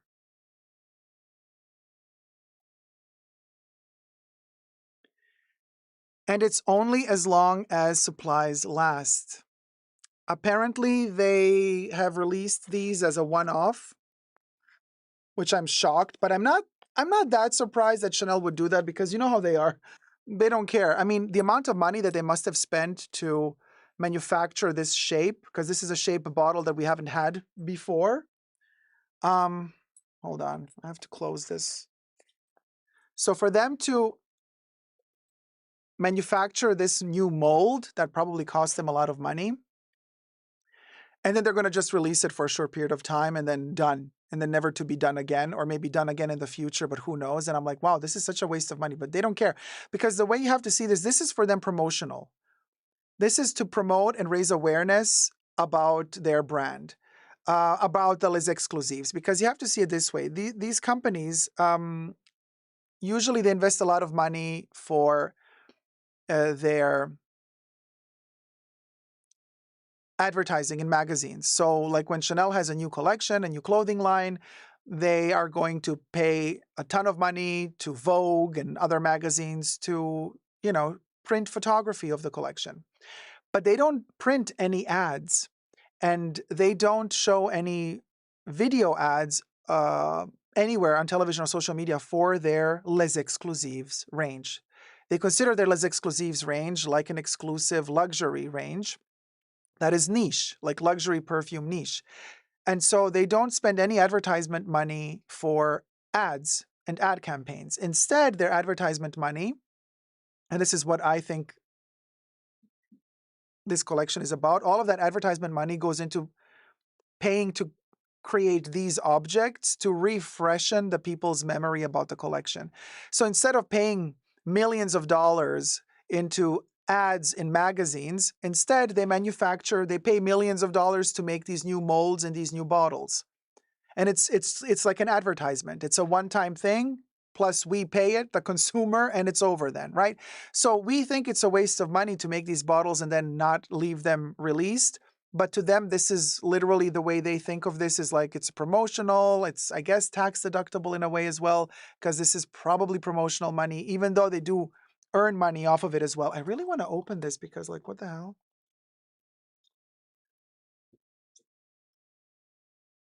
Oh, it was a desiccant.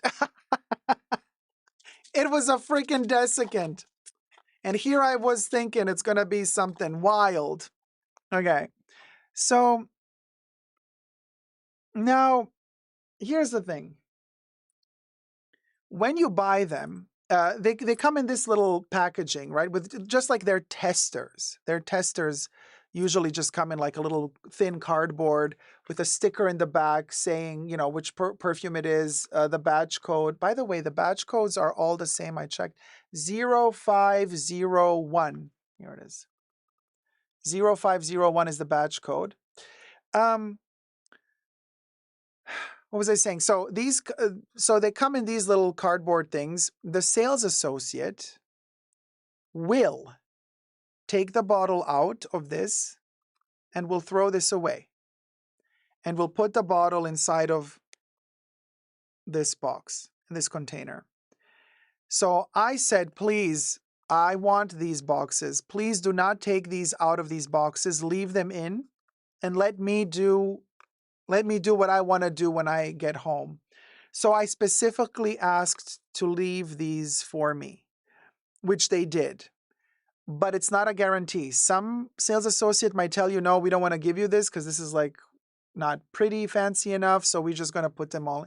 So we're just going to put these perfumes in the coffret. Now you got to buy 5. They're not going to sell you just 1. My reasoning for this is I think they're doing this because if they allow you to buy just these individually, then nobody's ever going to buy the 75 mils ever again. Like, if they're going to bring these out to sell to you individually, they might as well discontinue the 75 mil because nobody's going to buy them. Also because of the price difference. You know, currently in the States, it's the most expensive price ever, but $325 for 75 mil. Although in Europe, they're still €215. It's a huge difference. It's $100 markup in the US for these babies. That's insanity. But so $325. And now the price for this one. In America, these are $166 each. Why do I say each, even though you're not allowed to buy them separately? Because they have to scan every perfume that you chose for your box. So you choose the 5 you want, and then they scan each one. 166, 166, 166, 166, 166, and then they unlock the box. Then they scan the box, which is for free. You paid it, but you know what I mean. And it comes up to $830 plus tax. Let that painful price tag sink in. $830 plus tax is insanity. That's how much they cost because they're not going to sell them to you individually. They're going to sell them to you only as a set because they don't want these to compete with the other bottles, with the bigger bottles.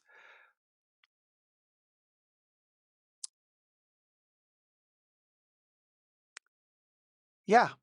Everybody's like in the chats, oh my God, never. Oh, ouch, ouch. What on earth? Well, yeah. If you think about it, 75 mil is $320. So 35 mil is going to be half that price because the smaller the bottle, the more you pay per milliliter. We know this. This is 101 perfume logic, right? Exceptional stopped doing that for their extraits. The extraits now they charge you exact to the milliliter, no matter how big or small the container is, which painful. But with the eau de parfums, they still do smaller the bottle, the more you're paying per milliliter. The bigger the bottle, the less you're paying per milliliter. So obviously 75 mil, 35 mil. So this is almost half the size of this, a little bit smaller than half the size. So 166 is kind of like halfway the price of this. So 166 makes sense. Now, I'm thinking maybe in Europe, since these still cost 200, what did you say, guys? 230? 230 euro. So maybe these are going to be around about 120 euro in Europe, maybe. So what I'm saying is maybe in Europe, the whole set will be 600 to 700 euro instead of $830 plus tax. So Europe will be very lucky if Europe gets really good prices. Latoya says you have to like 5 fragrances. No, you don't, Latoya. You can like just one, and you can buy the same one 5 times. You can say, I want 5 times Cuir de Russie. If they have it in stock, they will give you 5 Cuir de Russie. Or you could say, I want to have 2 number 22s, and I want to have 2 31 Rue Cambon, and I want 1 beige. If they have it in stock, they will put that together for you. They are extremely limited. Extremely limited.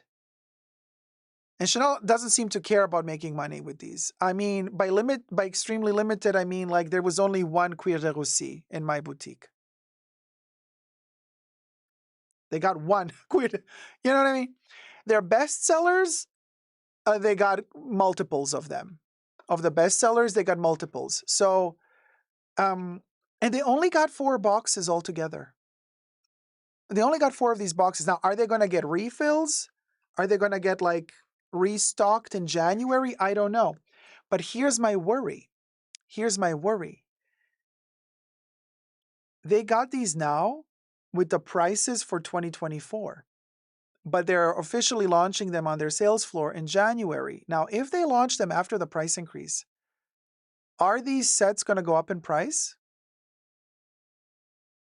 So my worry is if we wait until January, are these going to go up from $830 to like $1,000? Or is this already the price that they're going to have also in January? Because you know what I mean? Oh. Thomas is asking, is the cap and label the same size as the 75 mil? Let's check. So definitely the cap is metal, just like the 75 mil, because the 200 mils have that gorgeous kind of like plastic resin cap, which I prefer, but the little ones have them in metal.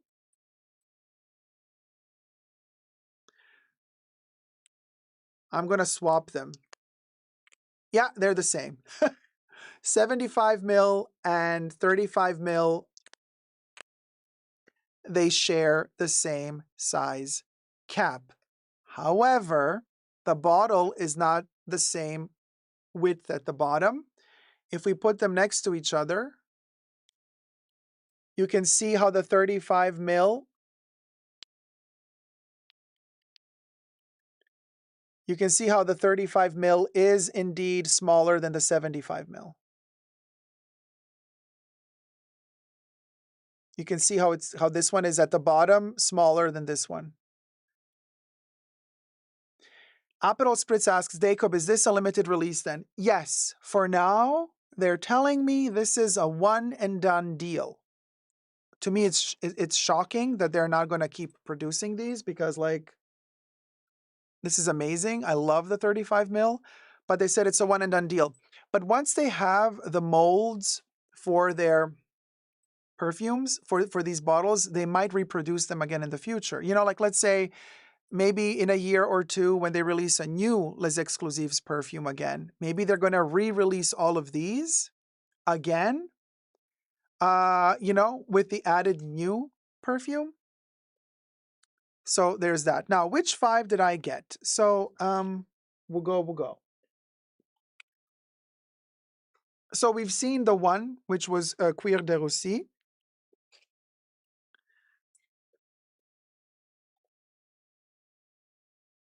And then I got, Victoria says they would make a killing with these TSA safe sizes. No, but Victoria, this is TSA safe size too. Chanel is already telling you, you can get the 75 mil. 75 mil is TSA safe. You know, this one you can, yeah, this is TSA safe, you guys. But I love them wrapped up like this, like I'm at the butcher, you know, getting meat at the butcher. The next one I got is number 22.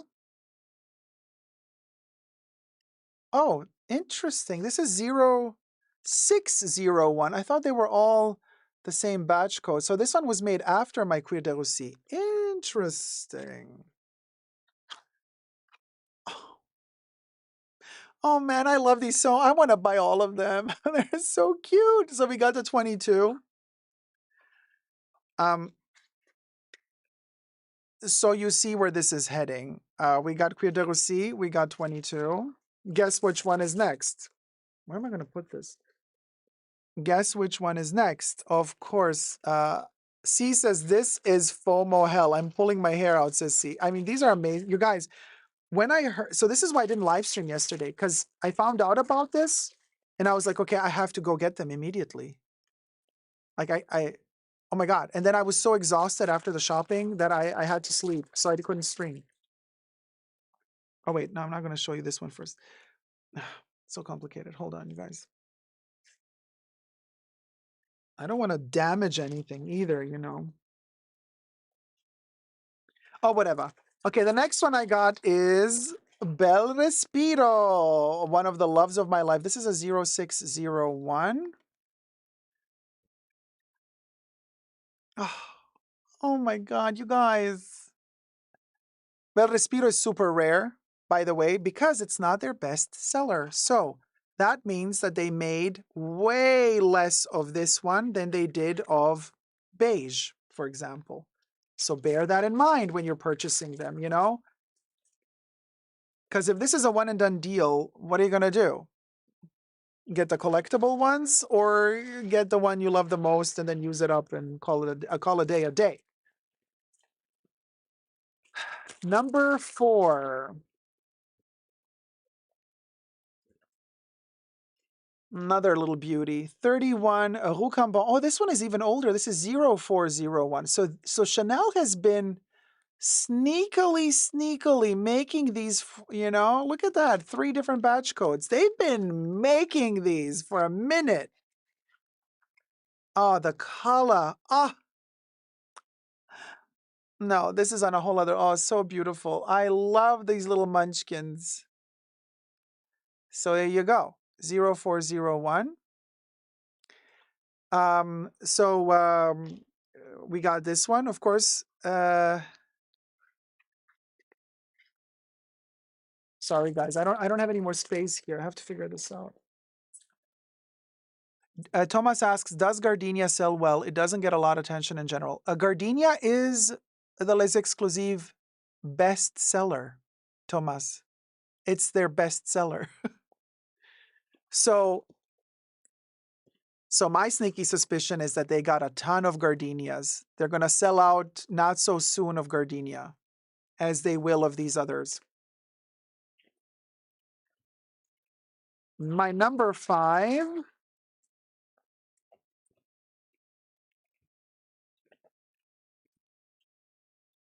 Number 5 had to be Bois des Îles, of course. And here we got batch code 0501, just like the Cuir de Russie batch code. Man, I mean, of course I could not pass on Bois des Îles. This is amazing. Love, love, love, love it to bits. So as I was saying, you can see the pattern forming, right? Cuir de Russie, number 22, Bois des Îles. You can imagine. So now, these are the 5 that I got. Then I asked a dear friend of mine if they wanted to share a box, because for the first run, I was like, you know what? I'm not gonna. 10 is a lot. Like if you know what I mean, to buy like 2 sets. Let me get 7, but they don't sell 7. They sell either 5 or 10. So my very, very dear friend said, you know what? I want to buy 3. So we shared a box. So I'm not going to open up my friend's perfumes. Those are sealed for my friend. So my friend got Boy, Jersey, and Comet. And the 2 that I got extra for me,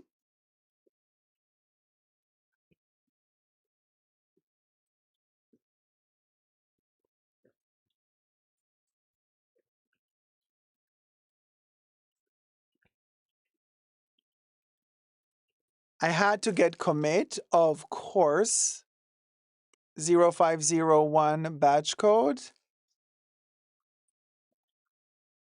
Of course I had to get Comet. Your friend has great taste, says Danny M.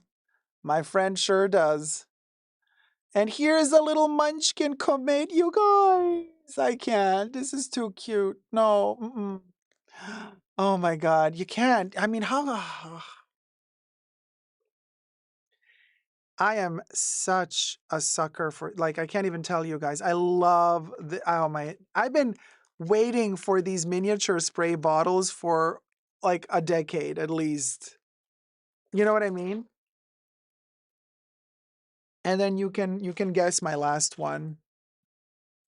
The last one is the last of the original 4 Ernest Beau Les Exclusifs from the 20s. So we have number 22, we have Bois des Îles, we have Cuir de Russie, and I don't care if this one was not rare. I had to have my original 4 Ernest Beau perfumes in the lineup, so I went with Gardenia. Also batch code 0501. I love gardenia so much, by the way. So,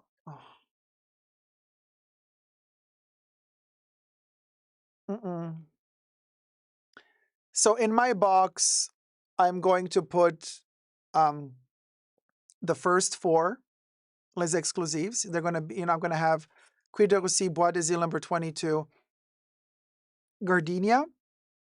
And the fifth one is going to be Comet, because Comet is the newest Les Exclusifs perfume. So it's kind of a nice little box to have like the first 4 ever created and the newest one ever created all together. So that's how I'm going to fill up my box. Yeah. So I am just in awe. I think this is groundbreaking news. I think this is like the best thing that could happen in 2024 perfume wise for Chanel to just sneak in this special little launch. I wish it was not limited edition. I wish they kept this in rotation all year round. You cannot return them because obviously they are not sealed in foil, you know, they're open and they have to take them out for you and put them in this box technically. Even if you tell them like I did, no, keep each one packaged in their own little cardboard box, they still say, yeah, but the hygiene and all, blah, blah, blah, you know, like you cannot return these. This is like you buy it and you're good. There's no returning them.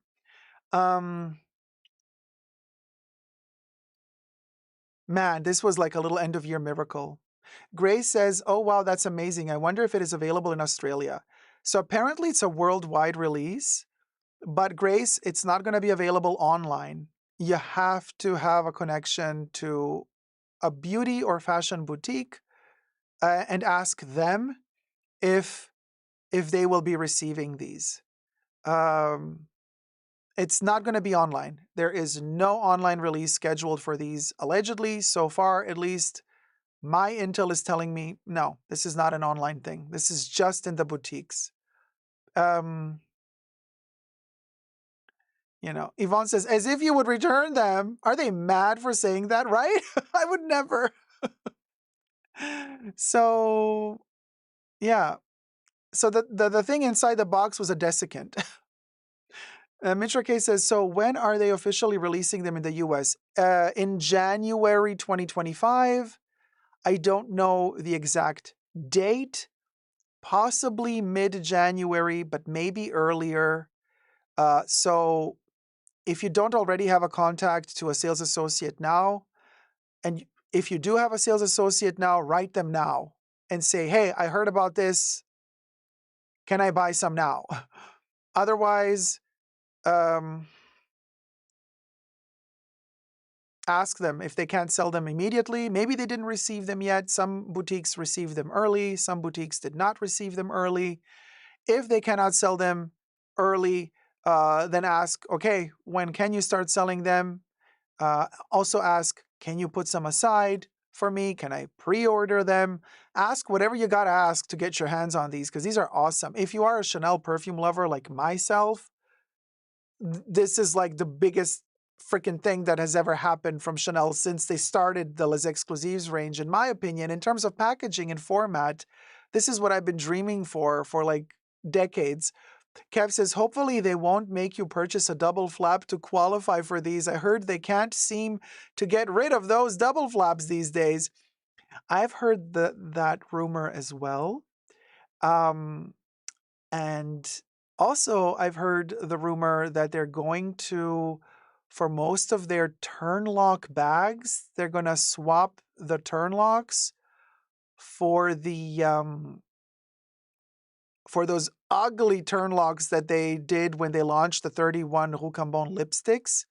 When they launched those lipsticks, they also launched like an extra leather vanity case that you could purchase with a tiny little double C turn lock, but the turn lock doesn't turn in the double C and then you pull the double C off of the lock. No, the turn lock is attached to the double C, and then you have to pull off the entire flap, and then there's a hole underneath. It's so ugly. And they're doing this probably because people are complaining that the turn lock keeps scratching the hardware and they don't want to keep changing the hardware. So I think it was a monetary decision that they made to do this. Also, probably cheaper for them to make, but I do have from some video I found online a screenshot that I can show you quickly of what I'm talking about. And it is really bad, you guys. So first, when you see this, you see the bag, it's like, oh, it's a mini. It's your regular mini with a top handle, okay. And it has a turn lock. But then when you turn the turn lock, look what happens.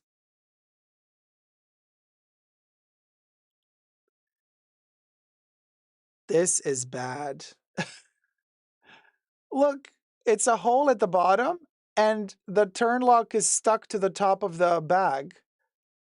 Cha, this is bad. I don't like this at all. So anyway, but whatever. We don't care about their leather. We care about their perfumes. So you guys, this is a heads up. You've been warned. I'm the first one, babes, on the internet who's talking about this. Now you know. Stick to essentially Dacob for all the news, you know, about a lot of things perfume, especially for Chanel, and also to my main channel, Super Dacob, because this is hot news. And if you don't jump on this wagon, they're probably gonna be gone sooner than you could say. Hot potato. So, what are your thoughts? Are you gonna get any? If so, which ones are they gonna be? Which 5 are you going to get? Or are you also thinking of joining forces with your friends and splitting a box? Why not? Maybe you find 5 friends that want to join forces and everyone just wants one bottle. You can just gear up together and, you know, pitch in. Everybody throws in their share for their bottle. You buy a box of 5 and then you share. Everybody gets their own bottle. That way you can minimize the cost of having to spend $830. The price for the full set is $830 plus tax in the United States. In Europe, I don't know. They might be between $600 and $700, or maybe even less. Maybe it's 575, not dollars, 575 euro. If Europeans are very, very lucky, then it's going to be like 575 euro for the whole set, which would be like insanity. Insanity. Anyway. Just saying says split box and put under my name for purchase history. or yeah, exactly. You can snatch the purchase history, climb your way up that loyalty point program at Chanel, baby. But man, what a way to end the year. These little perfumes are just Chanel was so good at keeping this secret. All this time, nobody had a clue. Nobody had a clue they were going to release these, and bam, they just released them, and I'm like, oh my God, a dream comes true. 2024 is ending with a blast, in my opinion, because like these perfumes, I've been wanting these for decades. Natalie Gauthier says, I will get Gardenia, Beige, Bel Respiro, Jersey, and La Pausa. What a wonderful, wonderful selection, Natalie. Let me know which you would select. And if anybody gets any intel on the price that they're going to have in Europe or in Australia, but also in Asia, wherever possible. Since Japan currently, with their exchange rates, are really, really favorable. If anybody has any intel how much they're going to cost in Japan, I would really, really, really like to know.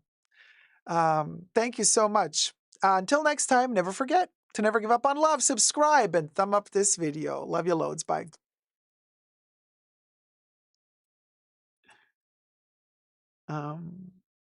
Please report to us if the spray is good.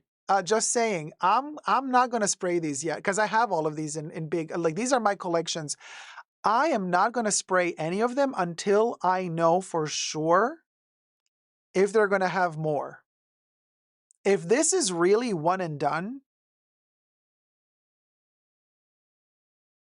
for me, you know what I mean? Like, what am I gonna do? But if I know that they're gonna do a second run, you know, a second batch, a second run, then I'll spray them. Yeah. So M. Teresa says, I'd be happier they were non-spray, then I could refill them from my larger spray. As it is, they become throwaway when empty. That's not how Chanel thinks. They don't think of these as something that you should reuse because they don't, technically these are made for either you're a collector or you don't know anything about this collection and they want you to discover this collection. So if you're a collector like myself, you want to collect them. So period. I don't care that they're not splash. But if you don't know this collection, they want to make it accessible to you so that you get to experience them. So they think you don't have already a big bottle. So they're not thinking of a customer that has beige and loves beige and wants to refill beige into a small container. This is not made for that type of customer. This is made for a customer who doesn't have any one of them yet and just wants to experience them. And then if they fall in love with them, they buy the big bottle. That's Chanel's idea, in my opinion. Now, is that idea a good idea? We can debate that. Obviously, I don't think it's a very good idea. They could have done this much better, but they did what they did, and that's their decision. That's their brand marketing. However, I would like to remind you guys that if you know your Chanel perfume history, and if you know your Chanel Les Exclusifs perfume history, you will know that in 2016, when Chanel switched the Eau de Toilette Les Exclusifs to the Eau de Parfum Les Exclusifs, they also launched a limited edition collection of the best sellers, which back then in 2016, their best sellers were Gardenia, Sycamore, Coromandel, Beige, and Eau de Cologne, because Eau de Cologne, they already back in 2007 made it as a 400 milliliter bottle, but that's neither here nor there. So anyway, you could purchase any one of those that I just said to you in 400 milliliter splash bottles. And those sets, so you get a 400 milliliter bottle, and it came with a little refillable twist and turn spray. It came empty. By the way, they did not even give you that full. That came empty. So you had your 400 milliliter splash bottle that you would decant into your little spray. And it also came with a little tiny metal, what's it called, flute thing that you could refill it with. So they did do that. They did that back in 2016. So they know that the person who's collecting Chanel for a long time now already has those in their collection. So they know that you technically already have a little Les Exclusifs metal refillable spray. I think it was 10 milliliter. If I remember correctly, 10 milliliter or 7.5 milliliter. So there you go.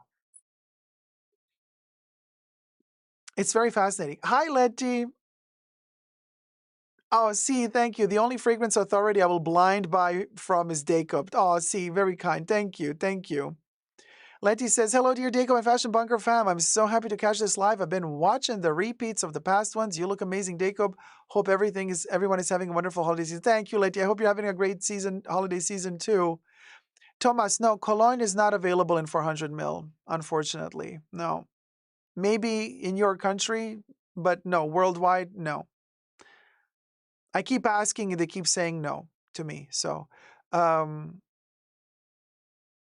there you go. Gold Cat Studio says agreed. He's so good at describing the mood of fragrances that the vibe is always at least close to my expectation when the perfume delivery arrives. Oh man, thank you so much. That is really, really good to hear. Thank you. Thank you. Hi, Jeanette and Freeland. How's it going, sweetie? I'm back, Dacob. Happy belated Christmas. Happy belated Christmas, Jeanette. Happy belated Christmas. Professor Dacob, super smart and great memories. Oh, Nancy, thank you.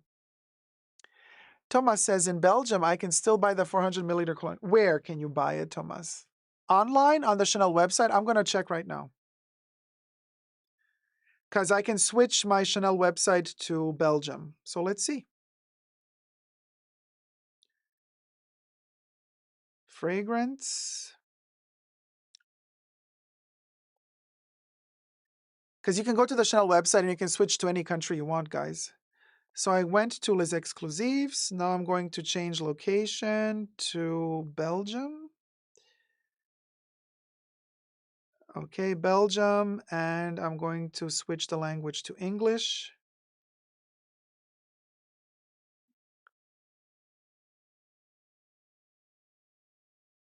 All right, let me see. I'm scrolling down through all of their perfumes. And I'm clicking on eau de cologne. It's loading. It says 2 sizes available. Babes, they don't sell the 400 mil. 2 sizes available. 200 mil, 75 mil. Eau de cologne, 2 sizes available. 345 euro for the big bottle.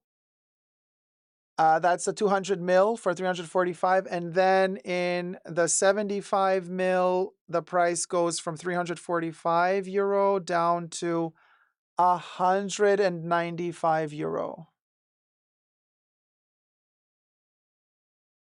So yeah, online, that's all they sell. Thomas says it's upon request in the boutique.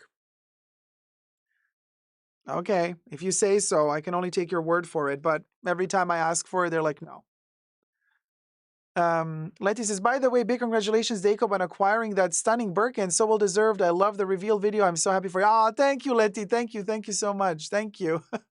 Oh, Zara says, I was binge watching older Dacob fragrance reviews. Super relaxing to watch. Oh, Zara, thank you. Thank you so much. Latoya is like, I'm going to study and watch now. Oh, because you're supposed to be studying. Uh-oh.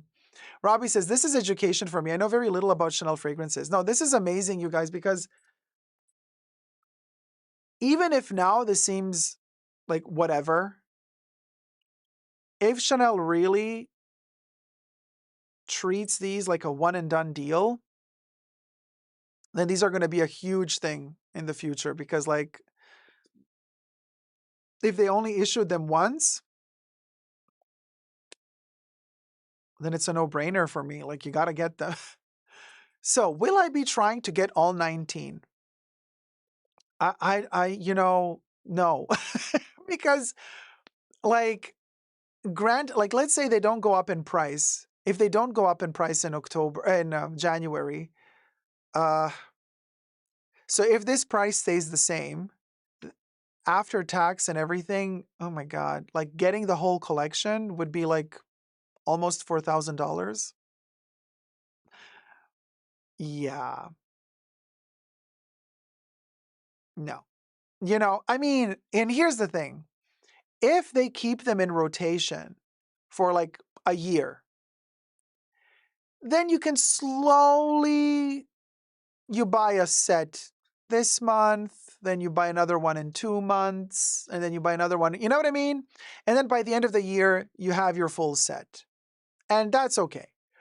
But if they're telling you, no, we got all of the perfumes in now, and this is a one and done deal, and then I'm going to be like, yeah, no. Oh, wow. Yvonne says already on eBay, someone is selling this this coffret for over $1,000. People are such assholes. Seriously, such assholes. Can you believe the audacity of these scalpers?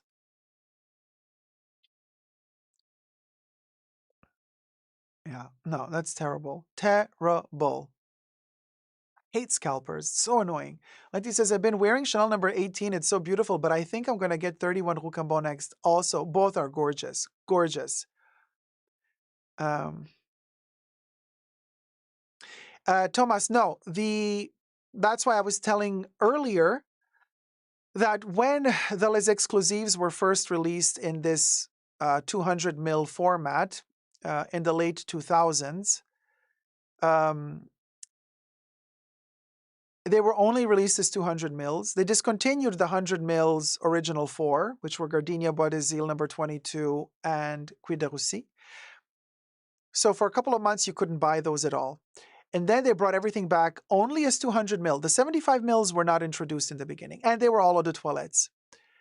When the first Les Exclusifs were released in the 200 mil form, that's when Chanel also released the 400 milliliter eau de cologne Splash. It did not come with a refillable little spray thing. It did not. if you listened to what I was saying prior, in 2016, they released a limited edition of their best sellers in 400 ml with a little refillable atomizer, and those included eau de cologne. For that edition, eau de cologne was released with the little refillable thing. But prior to 2016, it wasn't. In 2016, they released the 400 ml beige, 400 ml gardenia, 400 ml coromandel, and 400 ml sycamore with the little refillable thing. And back then, the 400 milliliter eau de parfum with the refillable little gidget, I think I remember the price was around 500 euro. And to think that now 200 mil is $500. It's insane. It's like doubled in price. It's so annoying. I hate when they do that, but it is what it is. Robbie asks, Dacob, is your necklace like the bijou chain on the 255? This is the 255 chain from my 255 camera bag. So the 255 Chanel camera bag has a detachable, it has two detachable chains. This is from the Ritz Métier d'Art collection. What was that, 2017? This is when Chanel was still doing detachable chains. Now they don't let you detach anything because they don't want you to repurpose anything. So my 255 large, the small one doesn't have detachable chains. The large camera bag 255 from 2017 and onwards, then they stopped making it around 2020, I think they stopped making it. It came with with two detachable chains. So sometimes I take the chains off and I repurpose them as necklaces. And the little locks that I use for them, these are from Chanel. These are the little chain shorteners from Chanel. So when you buy a bag, they give you a little chain shortener. So because this bag has two chains, they gave me two chain shorteners so that I can shorten the chain inside the bag. But I use them to turn turn these chains into necklaces. Robbie says, "Oh, Dacob, the chain necklace is clever. Thank you for answering. I love it." Yeah, no, it's.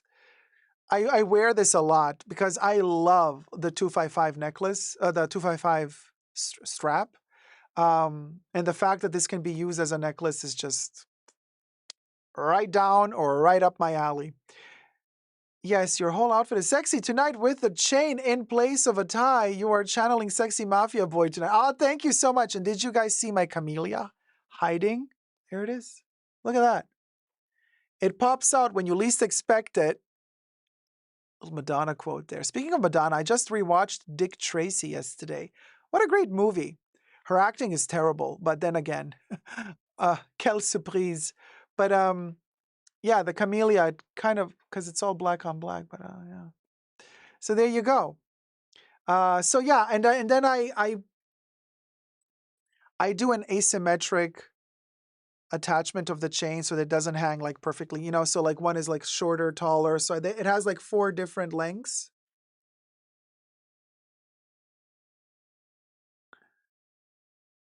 Yeah, very stylized movie. No, Dick Tracy's awesome.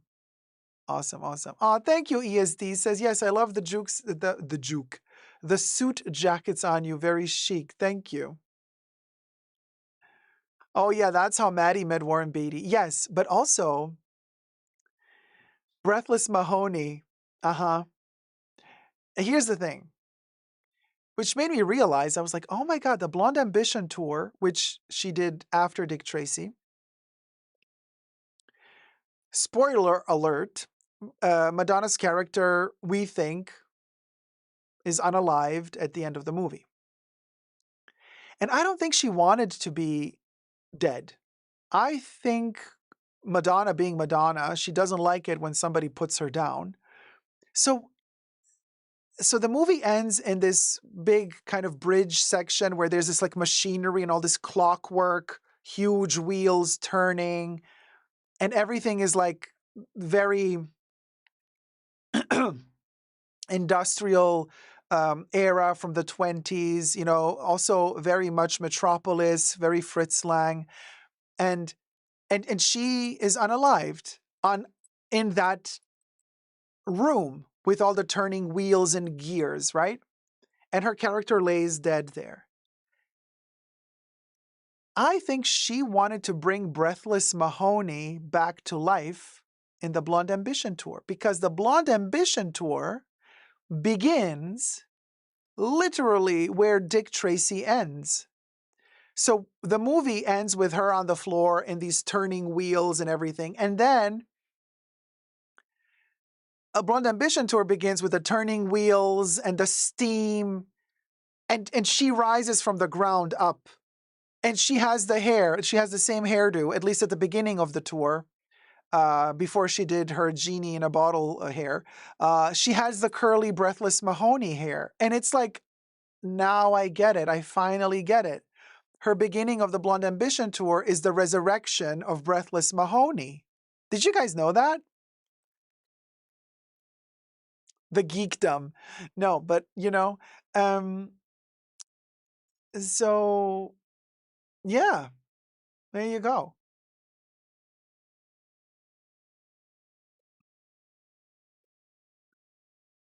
Oh, Edie says, I lost someone special to me last year, so I started wearing the number 5 EDP and Parfum. They were both very comforting when it was cold and I needed to hibernate and grieve. Oh man, I'm so sorry for your loss.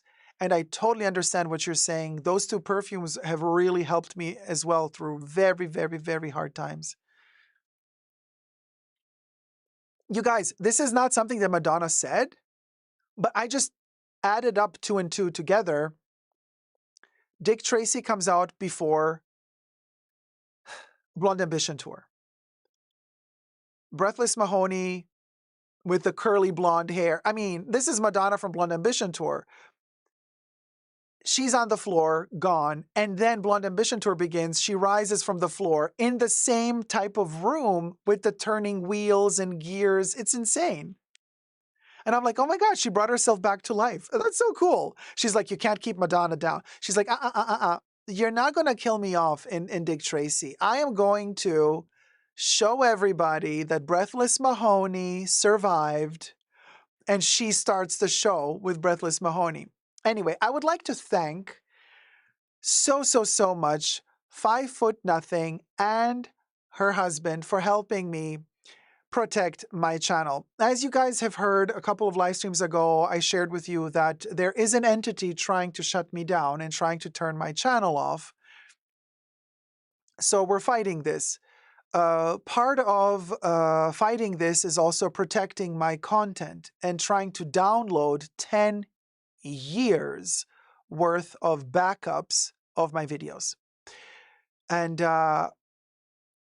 ever so generously and graciously, out of the endless goodness of their heart, 5 Foot Nothing, by the way, go check out her channel, go subscribe to her channel, send her some love. She's amazing. Her channel is incredible. 5 Foot Nothing and her hubby contacted me and said, hey, we have the means to create backups of your videos to save your videos before anything bad might happen. And I said, thank you so much. So thank you, 5 Foot Nothing and hubby, because like there was no way I could have done it. So thank you so much. So just letting you guys know, almost all of the content has been backed up. I have some backups of the more recent years of my channel. I have some backups here as well with me. 5 Foot Nothing and hubby helped, and saved the earlier content leading up to the pandemic, I want to say. Even I think even later than 2020. I think they saved the content for even later than 2020. Yeah, it's a lot of work. It's a lot of work. KK says we want names. Oh, honey, you're going to get names. I'm going to tell you who's doing all this shit to me and to other content creators. but we just need to be out of the woods first before we're allowed to talk about it. Thank you, Thomas says, your content you made through all these years is so valuable and must be protected. Thank you, guys. Thank you so much. C says, LOL, hubby must be in IT. He got a gigabyte and some storage in a data center somewhere. I mean, I can just say this much. They have both been a godsend because honestly, I didn't know where to begin. I'm like, okay, we have like over 2,000 videos. How the hell am I going to do this? So I like insanity, in freaking sanity. But here we are, how typical of 2024. Everything is always on the line. We are always on that thin limb. We're just about to fall off the edge, right? But we're kind of holding and grasping for air, trying to keep our feet on the ground. And, that's 2024. It's like, yeah, of course this was going to be 2024. And I'm like, why am I even surprised that something like this right before the end of the year would happen, on top of all the other crap that we had to deal with this year, now people are threatening to delete your channel. Like, what the heck?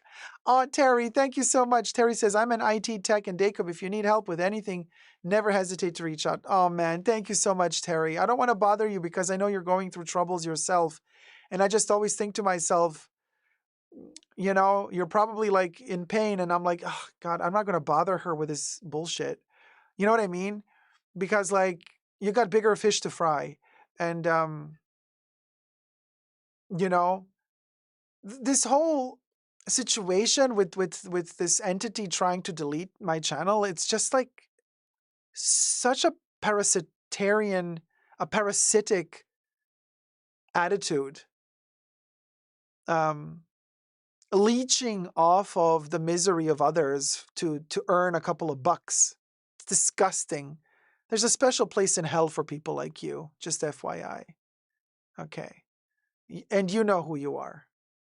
And karma is a motherfucking bitch, and it will come for you. And when it comes for you, there will be no going back.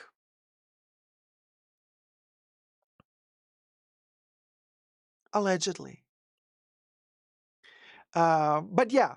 So hang in there, Dacob. You have so many people who love you. Oh, thank you, your channel and your work. Edie, thank you so much. Very kind of you. Thank you. And I love you too, guys, also so much. And I'm so happy that we're going to stream for New Year's Eve. So get ready, buckle up, because it's going to be a call-in live stream. So you're going to call in. We're all going to chit-chat. We're all going to talk.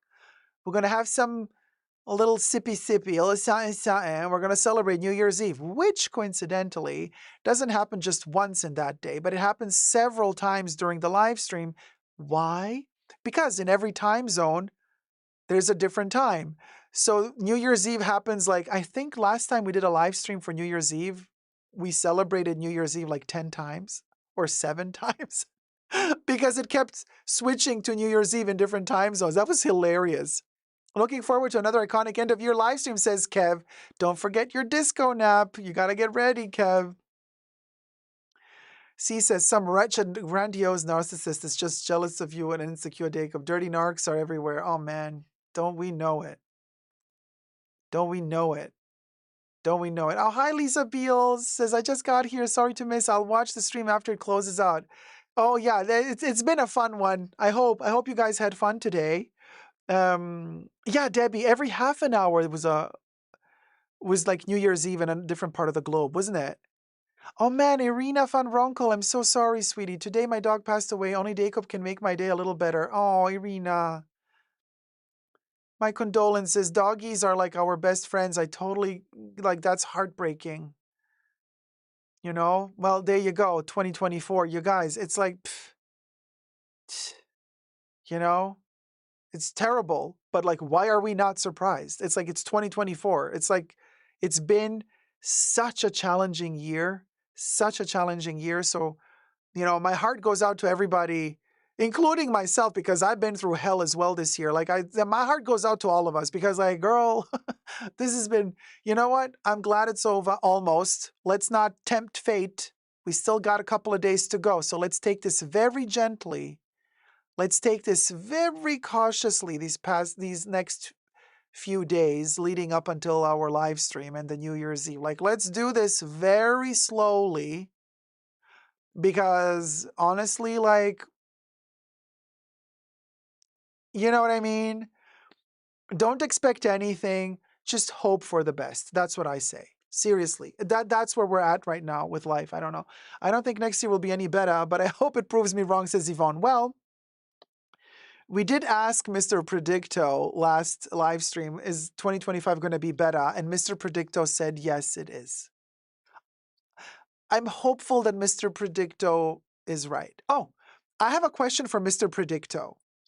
Well, let me turn him on. Let me turn him on. Tickle, tickle, tickle. All right. Okay. Mr. Dicto, is Chanel going to keep the 35 milliliter Les Exclusifs bottlettes in production and in rotation all year?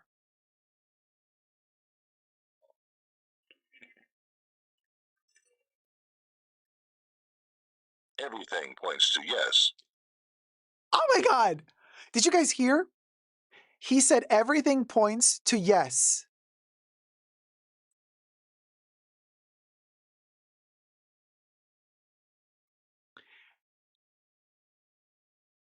Dicto said everything points to yes. Oh, Mr. Dicto, how much we love you.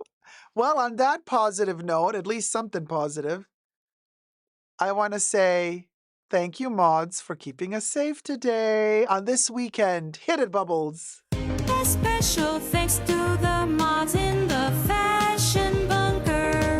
That's Mahora, Audrey, H, Gloria, Kev, Nicole, and Terry.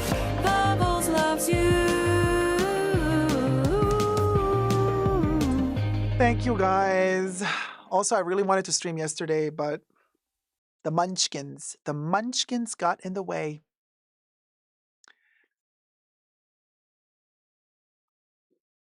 Oh, I wish I could get all of them. Oh my God.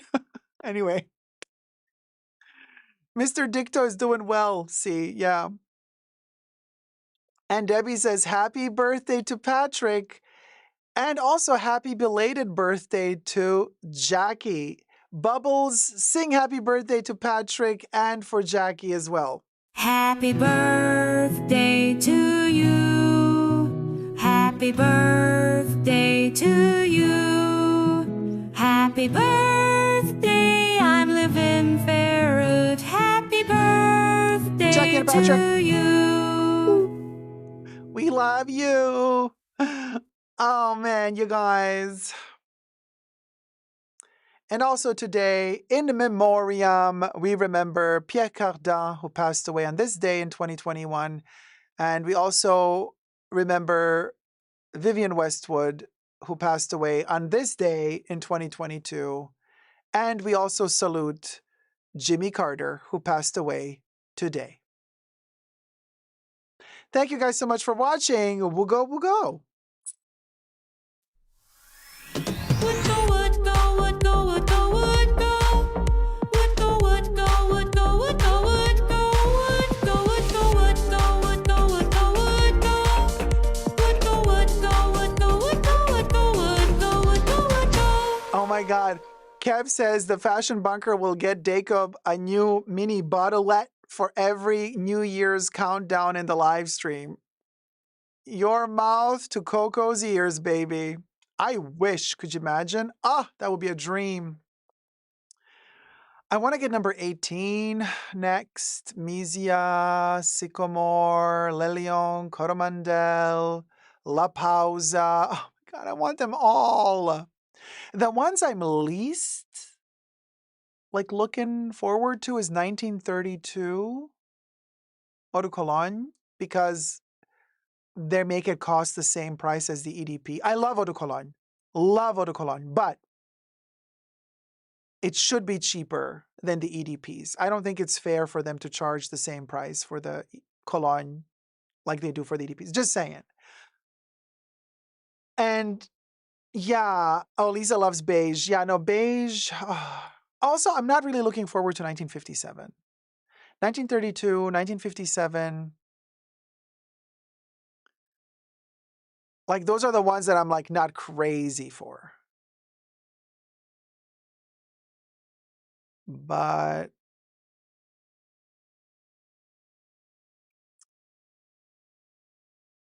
yeah, no, Thomas, listen, I still have a 200 ml bottle of the EDT of 1932. Love it. I don't have a full bottle, but you know what I mean? I have a 200 ml bottle of 1932 EDT, and there's a little bit left in it. But that's one of those that I'm not like, oh, let me repurchase it. I wear it sometimes on New Year's Eve, though. It's a very champagne, bubbly type of perfume, very New Year's Eve. Melik Dalit says, I know it's quite a different topic. Have you talked about TK Maxx, TJ Maxx selling designers like Gucci also in their online shop, but you can't find example Gucci directly with the search function? No, I have not talked about that, but I know that they do that. I know that they've been doing that for years, by the way, you guys. Yeah. And polyester, I have Misia EDT. I have several bottles of Misia in the eau de toilette concentration. I do. And I might get Misia in the little bottle next. Anyway, what was the next? Oh, Live and Ferret next. We're living for the new. We're living for these little babies. It's so cute. Living ferret, living ferret, living ferret, living ferret.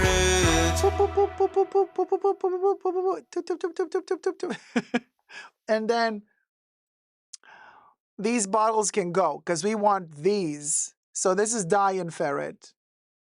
Dye ferret, dye ferret, dye ferret, dye ferret, dye ferret. Nah, we love these two. Anything they bring out with the Les Exclusifs, I love. What can I do? I'm a sucker. I'm a sucker ferret. And of course we are obsessed. I am obsessed. I am obsessed. I am obsessed. Oh, oh. And I have a message for Chanel. Like, listen, Linda, keep these in rotation. Listen, Linda. Listen, Linda. Listen, Linda. Listen, Linda, keep these in rotation. Oh my God, I don't even know how I'm going to get to Baby Yoda now because he's like, got him.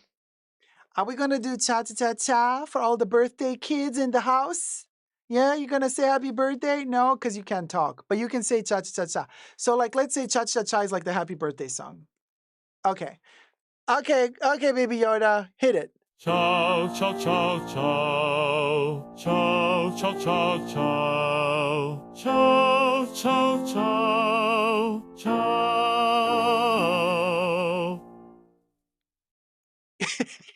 He's like, we done. Oh man, Baby Yoda. So that was his last song of 2024. Baby Yoda has delivered so many special invisibility cloak moments for us throughout 2024. This has been the last one. Thank you guys so much for watching. I hope you had fun today. And don't forget, until Tuesday, when you are going to call in and have a jolly old time with me for New Year's Eve, until Tuesday, keep it poiky. Keep those butts tight, perky, and prepped. We got to glide through these last few days of 2024 unscathed. We have to do everything in our power to make it to the new year safe and sound. So, peripheral vision activated. Your 6th, 7th, and 8th senses activated. We got to make it through, y'all. By hook or by crook, Okay, this is the final countdown, and I don't trust 2024 to be giving out clemency. You know what I'm saying? So let's all keep it very perky and very gentle, and let's meet again together, the heavens willing, on the 31st for our last live stream of the year and the first live stream of the new year. Love you loads, guys. Thank you so much for your love and support. Never give up on love. And thank you, algorithm, for being so gentle and kind. Bitcoin, Bitcoin, Birkin.